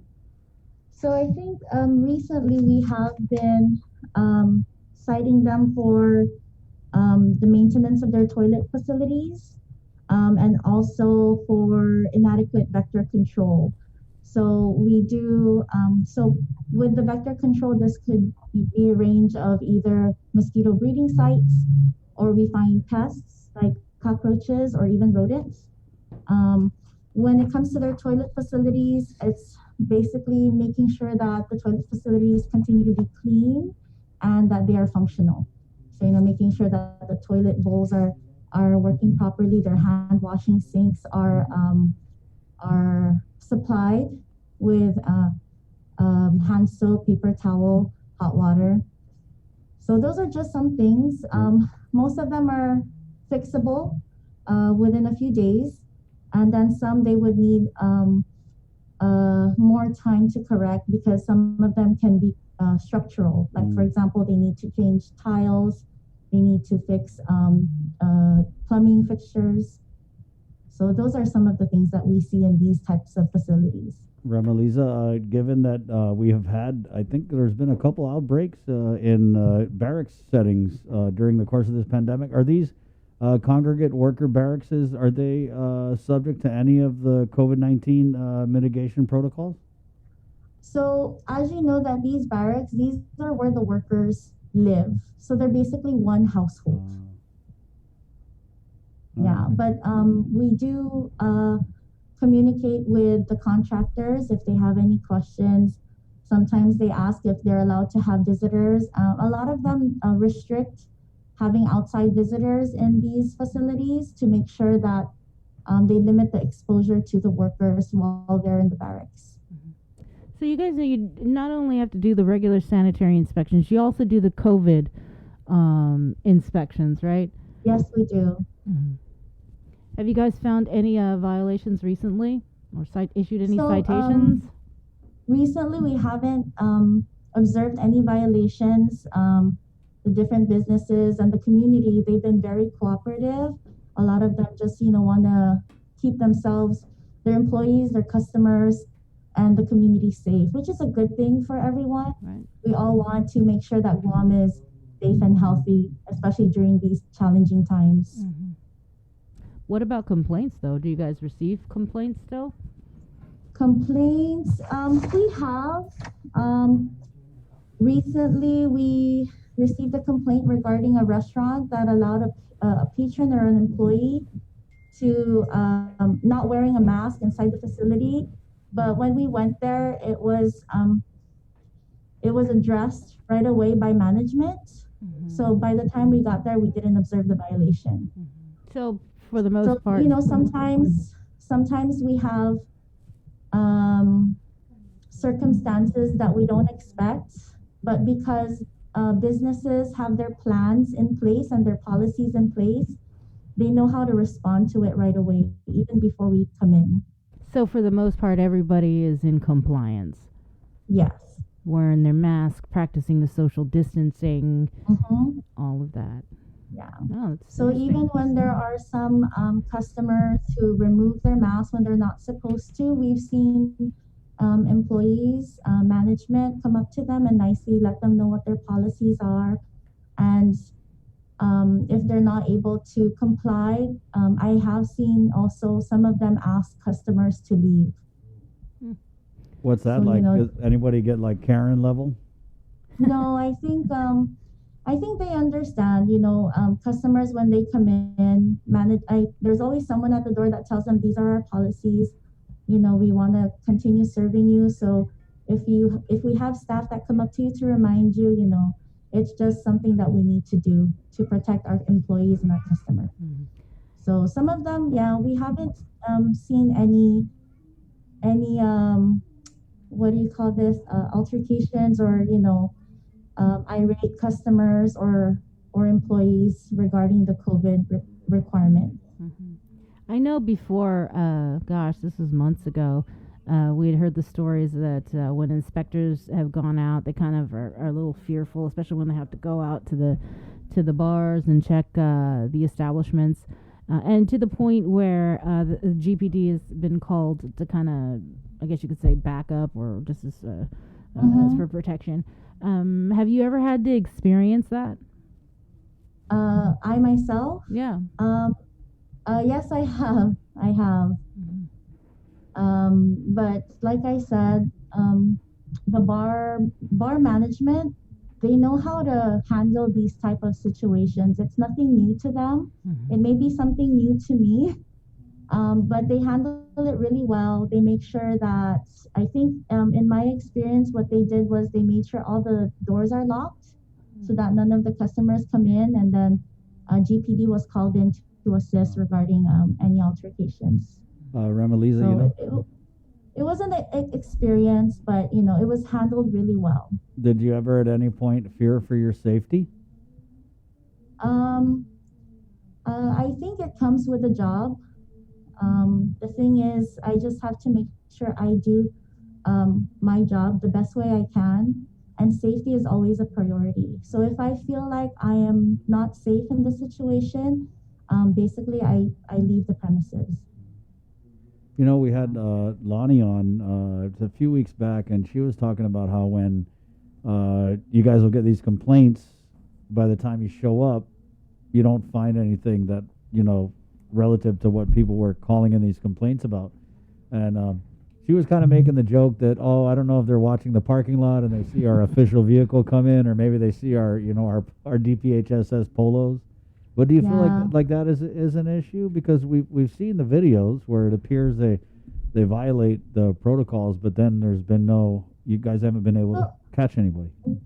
One of the things with these videos is we can't really verify when they were really taken. I think I saw a video that said September 22, but I was called in September 1. So I'm like, when was this really taken? Was this last year's video? Or was this year's video, because the date is not matching, right? But, you know, regardless of when these videos are taken, once we receive a complaint, we are mandated to respond. And, you know, it's our service to the community to make sure. Regarding these establishments that we receive complaints about and we go there, and they're in compliance, you know, it could be something as simple as they do have someone watching and making sure that, let us know when public health's around. That could be one thing. Another thing is, you know, sometimes the complaint happens when the customer is there and management just, you know, responds and they implement their policy. So either way, as long as the industry, the businesses, the employees, they implement their COVID-19 safety measures, you know, that's their service to the community. Can I just, are temperature checks mandated currently? No, so temperature checks are not required, but we do recommend them only because you wouldn't want a symptomatic patron to come into your facility or a symptomatic employee. It's another layer of screening that the businesses can do to make sure that no one is sick when they enter their facility, but it's not currently required. I see. Hey, how long have you been with Division of Environmental Health? I've been with Division of Environmental Health for 5 years. 5 years, wow. But in total with public health is 9. Wow. Well, thank you for what you do, because I know since COVID, it's like your work over there is doubled, because you're not just doing the sanitary inspections, you have to do the COVID inspections as well. So thank you, Remelisa. Let me know, Remelisa, next time you go out on a tough bar inspection and you need a big strong person to accompany you, I can give you Jason Solis's number. Oh, I thought I was gonna call you instead, Chris. There you go. Remelisa, thank you for your time this morning. Oh, okay. Thank you also for your time, and thank you for having me here, Sabrina, Jason, and Chris. There you go. It's always a pleasure. Stay safe. Yeah, that's right. You too. You too. Stay safe. Bye. Thank you, Remelisa. There you Have go. a good day. Yes, Remelisa from the Division of Environmental Health, 953. They are totally frontline. Yeah, definitely, definitely. I like what she said there. I said, do you ever fear for your safety? She said, it's part of my job, right? It shouldn't be, though. I mean, they didn't sign up to be like police officers or, you know what I mean? They're health inspectors. But sadly, given the pandemic, tempers have been running high. It's no secret. So I definitely wish them the best. 9:54, quick break, and we're back with more of The Link next. Good morning. We know you're tired of hearing about COVID-19. Some of you are probably wondering whether this is ever going to end. However long it takes, we all have to do our part, including our children, to hold the line. You can protect yourself and your family by getting vaccinated. And if you're already vaccinated, don't let your guard down, because you can still give and get COVID-19. And if you're not vaccinated, remember that if you catch the virus, you could suffer more severe complications. At the end of the day, it's the choices we make to protect ourselves, our families, and our community that will control the spread. We know it sounds repetitive at this point, but again, wash your hands, watch your distance, and wear your mask. Together, we have to hold the line. The KUAM Podcast Network is back and on demand, featuring a great variety of podcasts from our island and region, including culture, lifestyle, awareness, crime, politics, commentary, comedy, and entertainment. Available on most streaming platforms. The KUAM Podcast Network. Subscribe and listen now.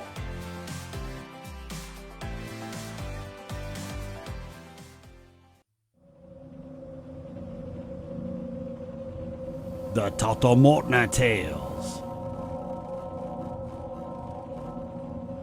October on the KUAM Podcast Network.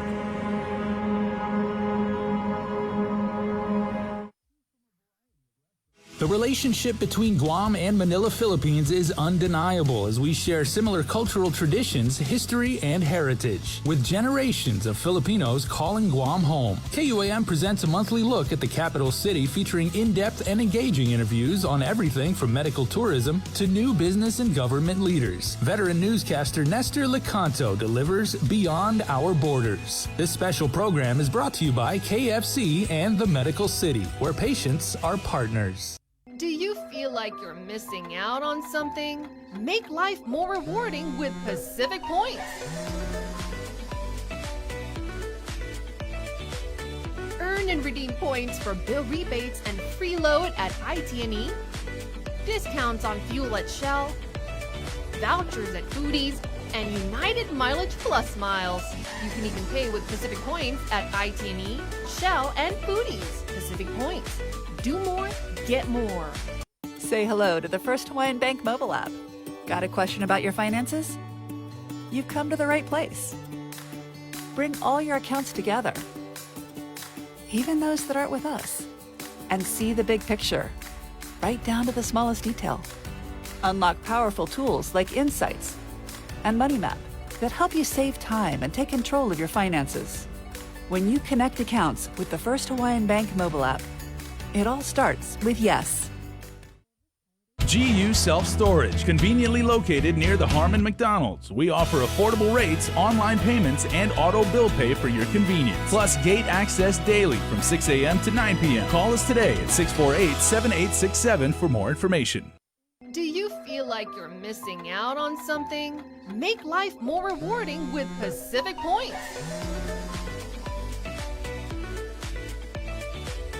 Earn and redeem points for bill rebates and free load at IT&E, discounts on fuel at Shell, vouchers at Foodies, and United Mileage Plus miles. You can even pay with Pacific Points at IT&E, Shell, and Foodies. Pacific Points. Do more, get more.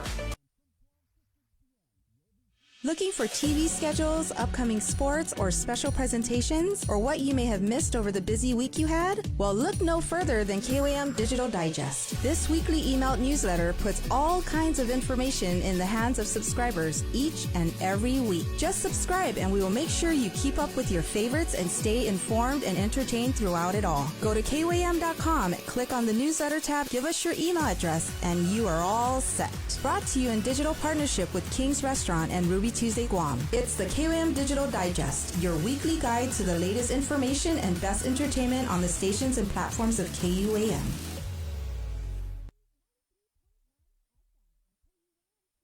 Catch SportsLink on the KUAM News Morning Show, The Link, every Friday for the latest sports news, game schedules, athlete profiles, and more. SportsLink airs every Friday across the multi-platforms of KUAM. Tune in to the broadcast on Breeze 93.9 FM, on KUAM TV 11, live stream through the KUAM News Facebook page, or view highlights on YouTube, KUAM News Facebook, and Instagram page. SportsLink is brought to you by Mariana's Irrigation and Landscape. After a year with so many games and events delayed or unplayed, the world is ready for anything and everything in the world. Take in the panoramic beauty of our island. With more games, more championships.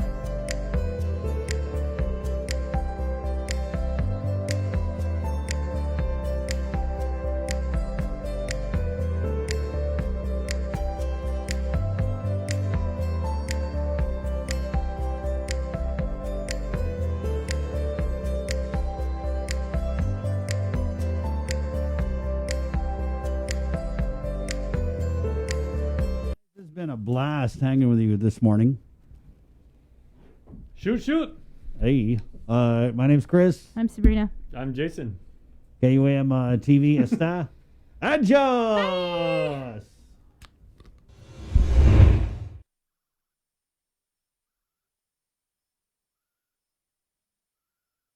We are back. It is 10 o'clock on the Breeze. KUAM FM. I got you, Guam. Chicken Fries Friday is also back. You go to Burger King, you order you a chicken fries, and you say, I love the chicken fries. And they're going to give you another one just like that. Why are you laughing at me? I really love the chicken fries. No, it's just so, Bree likes the way I say that.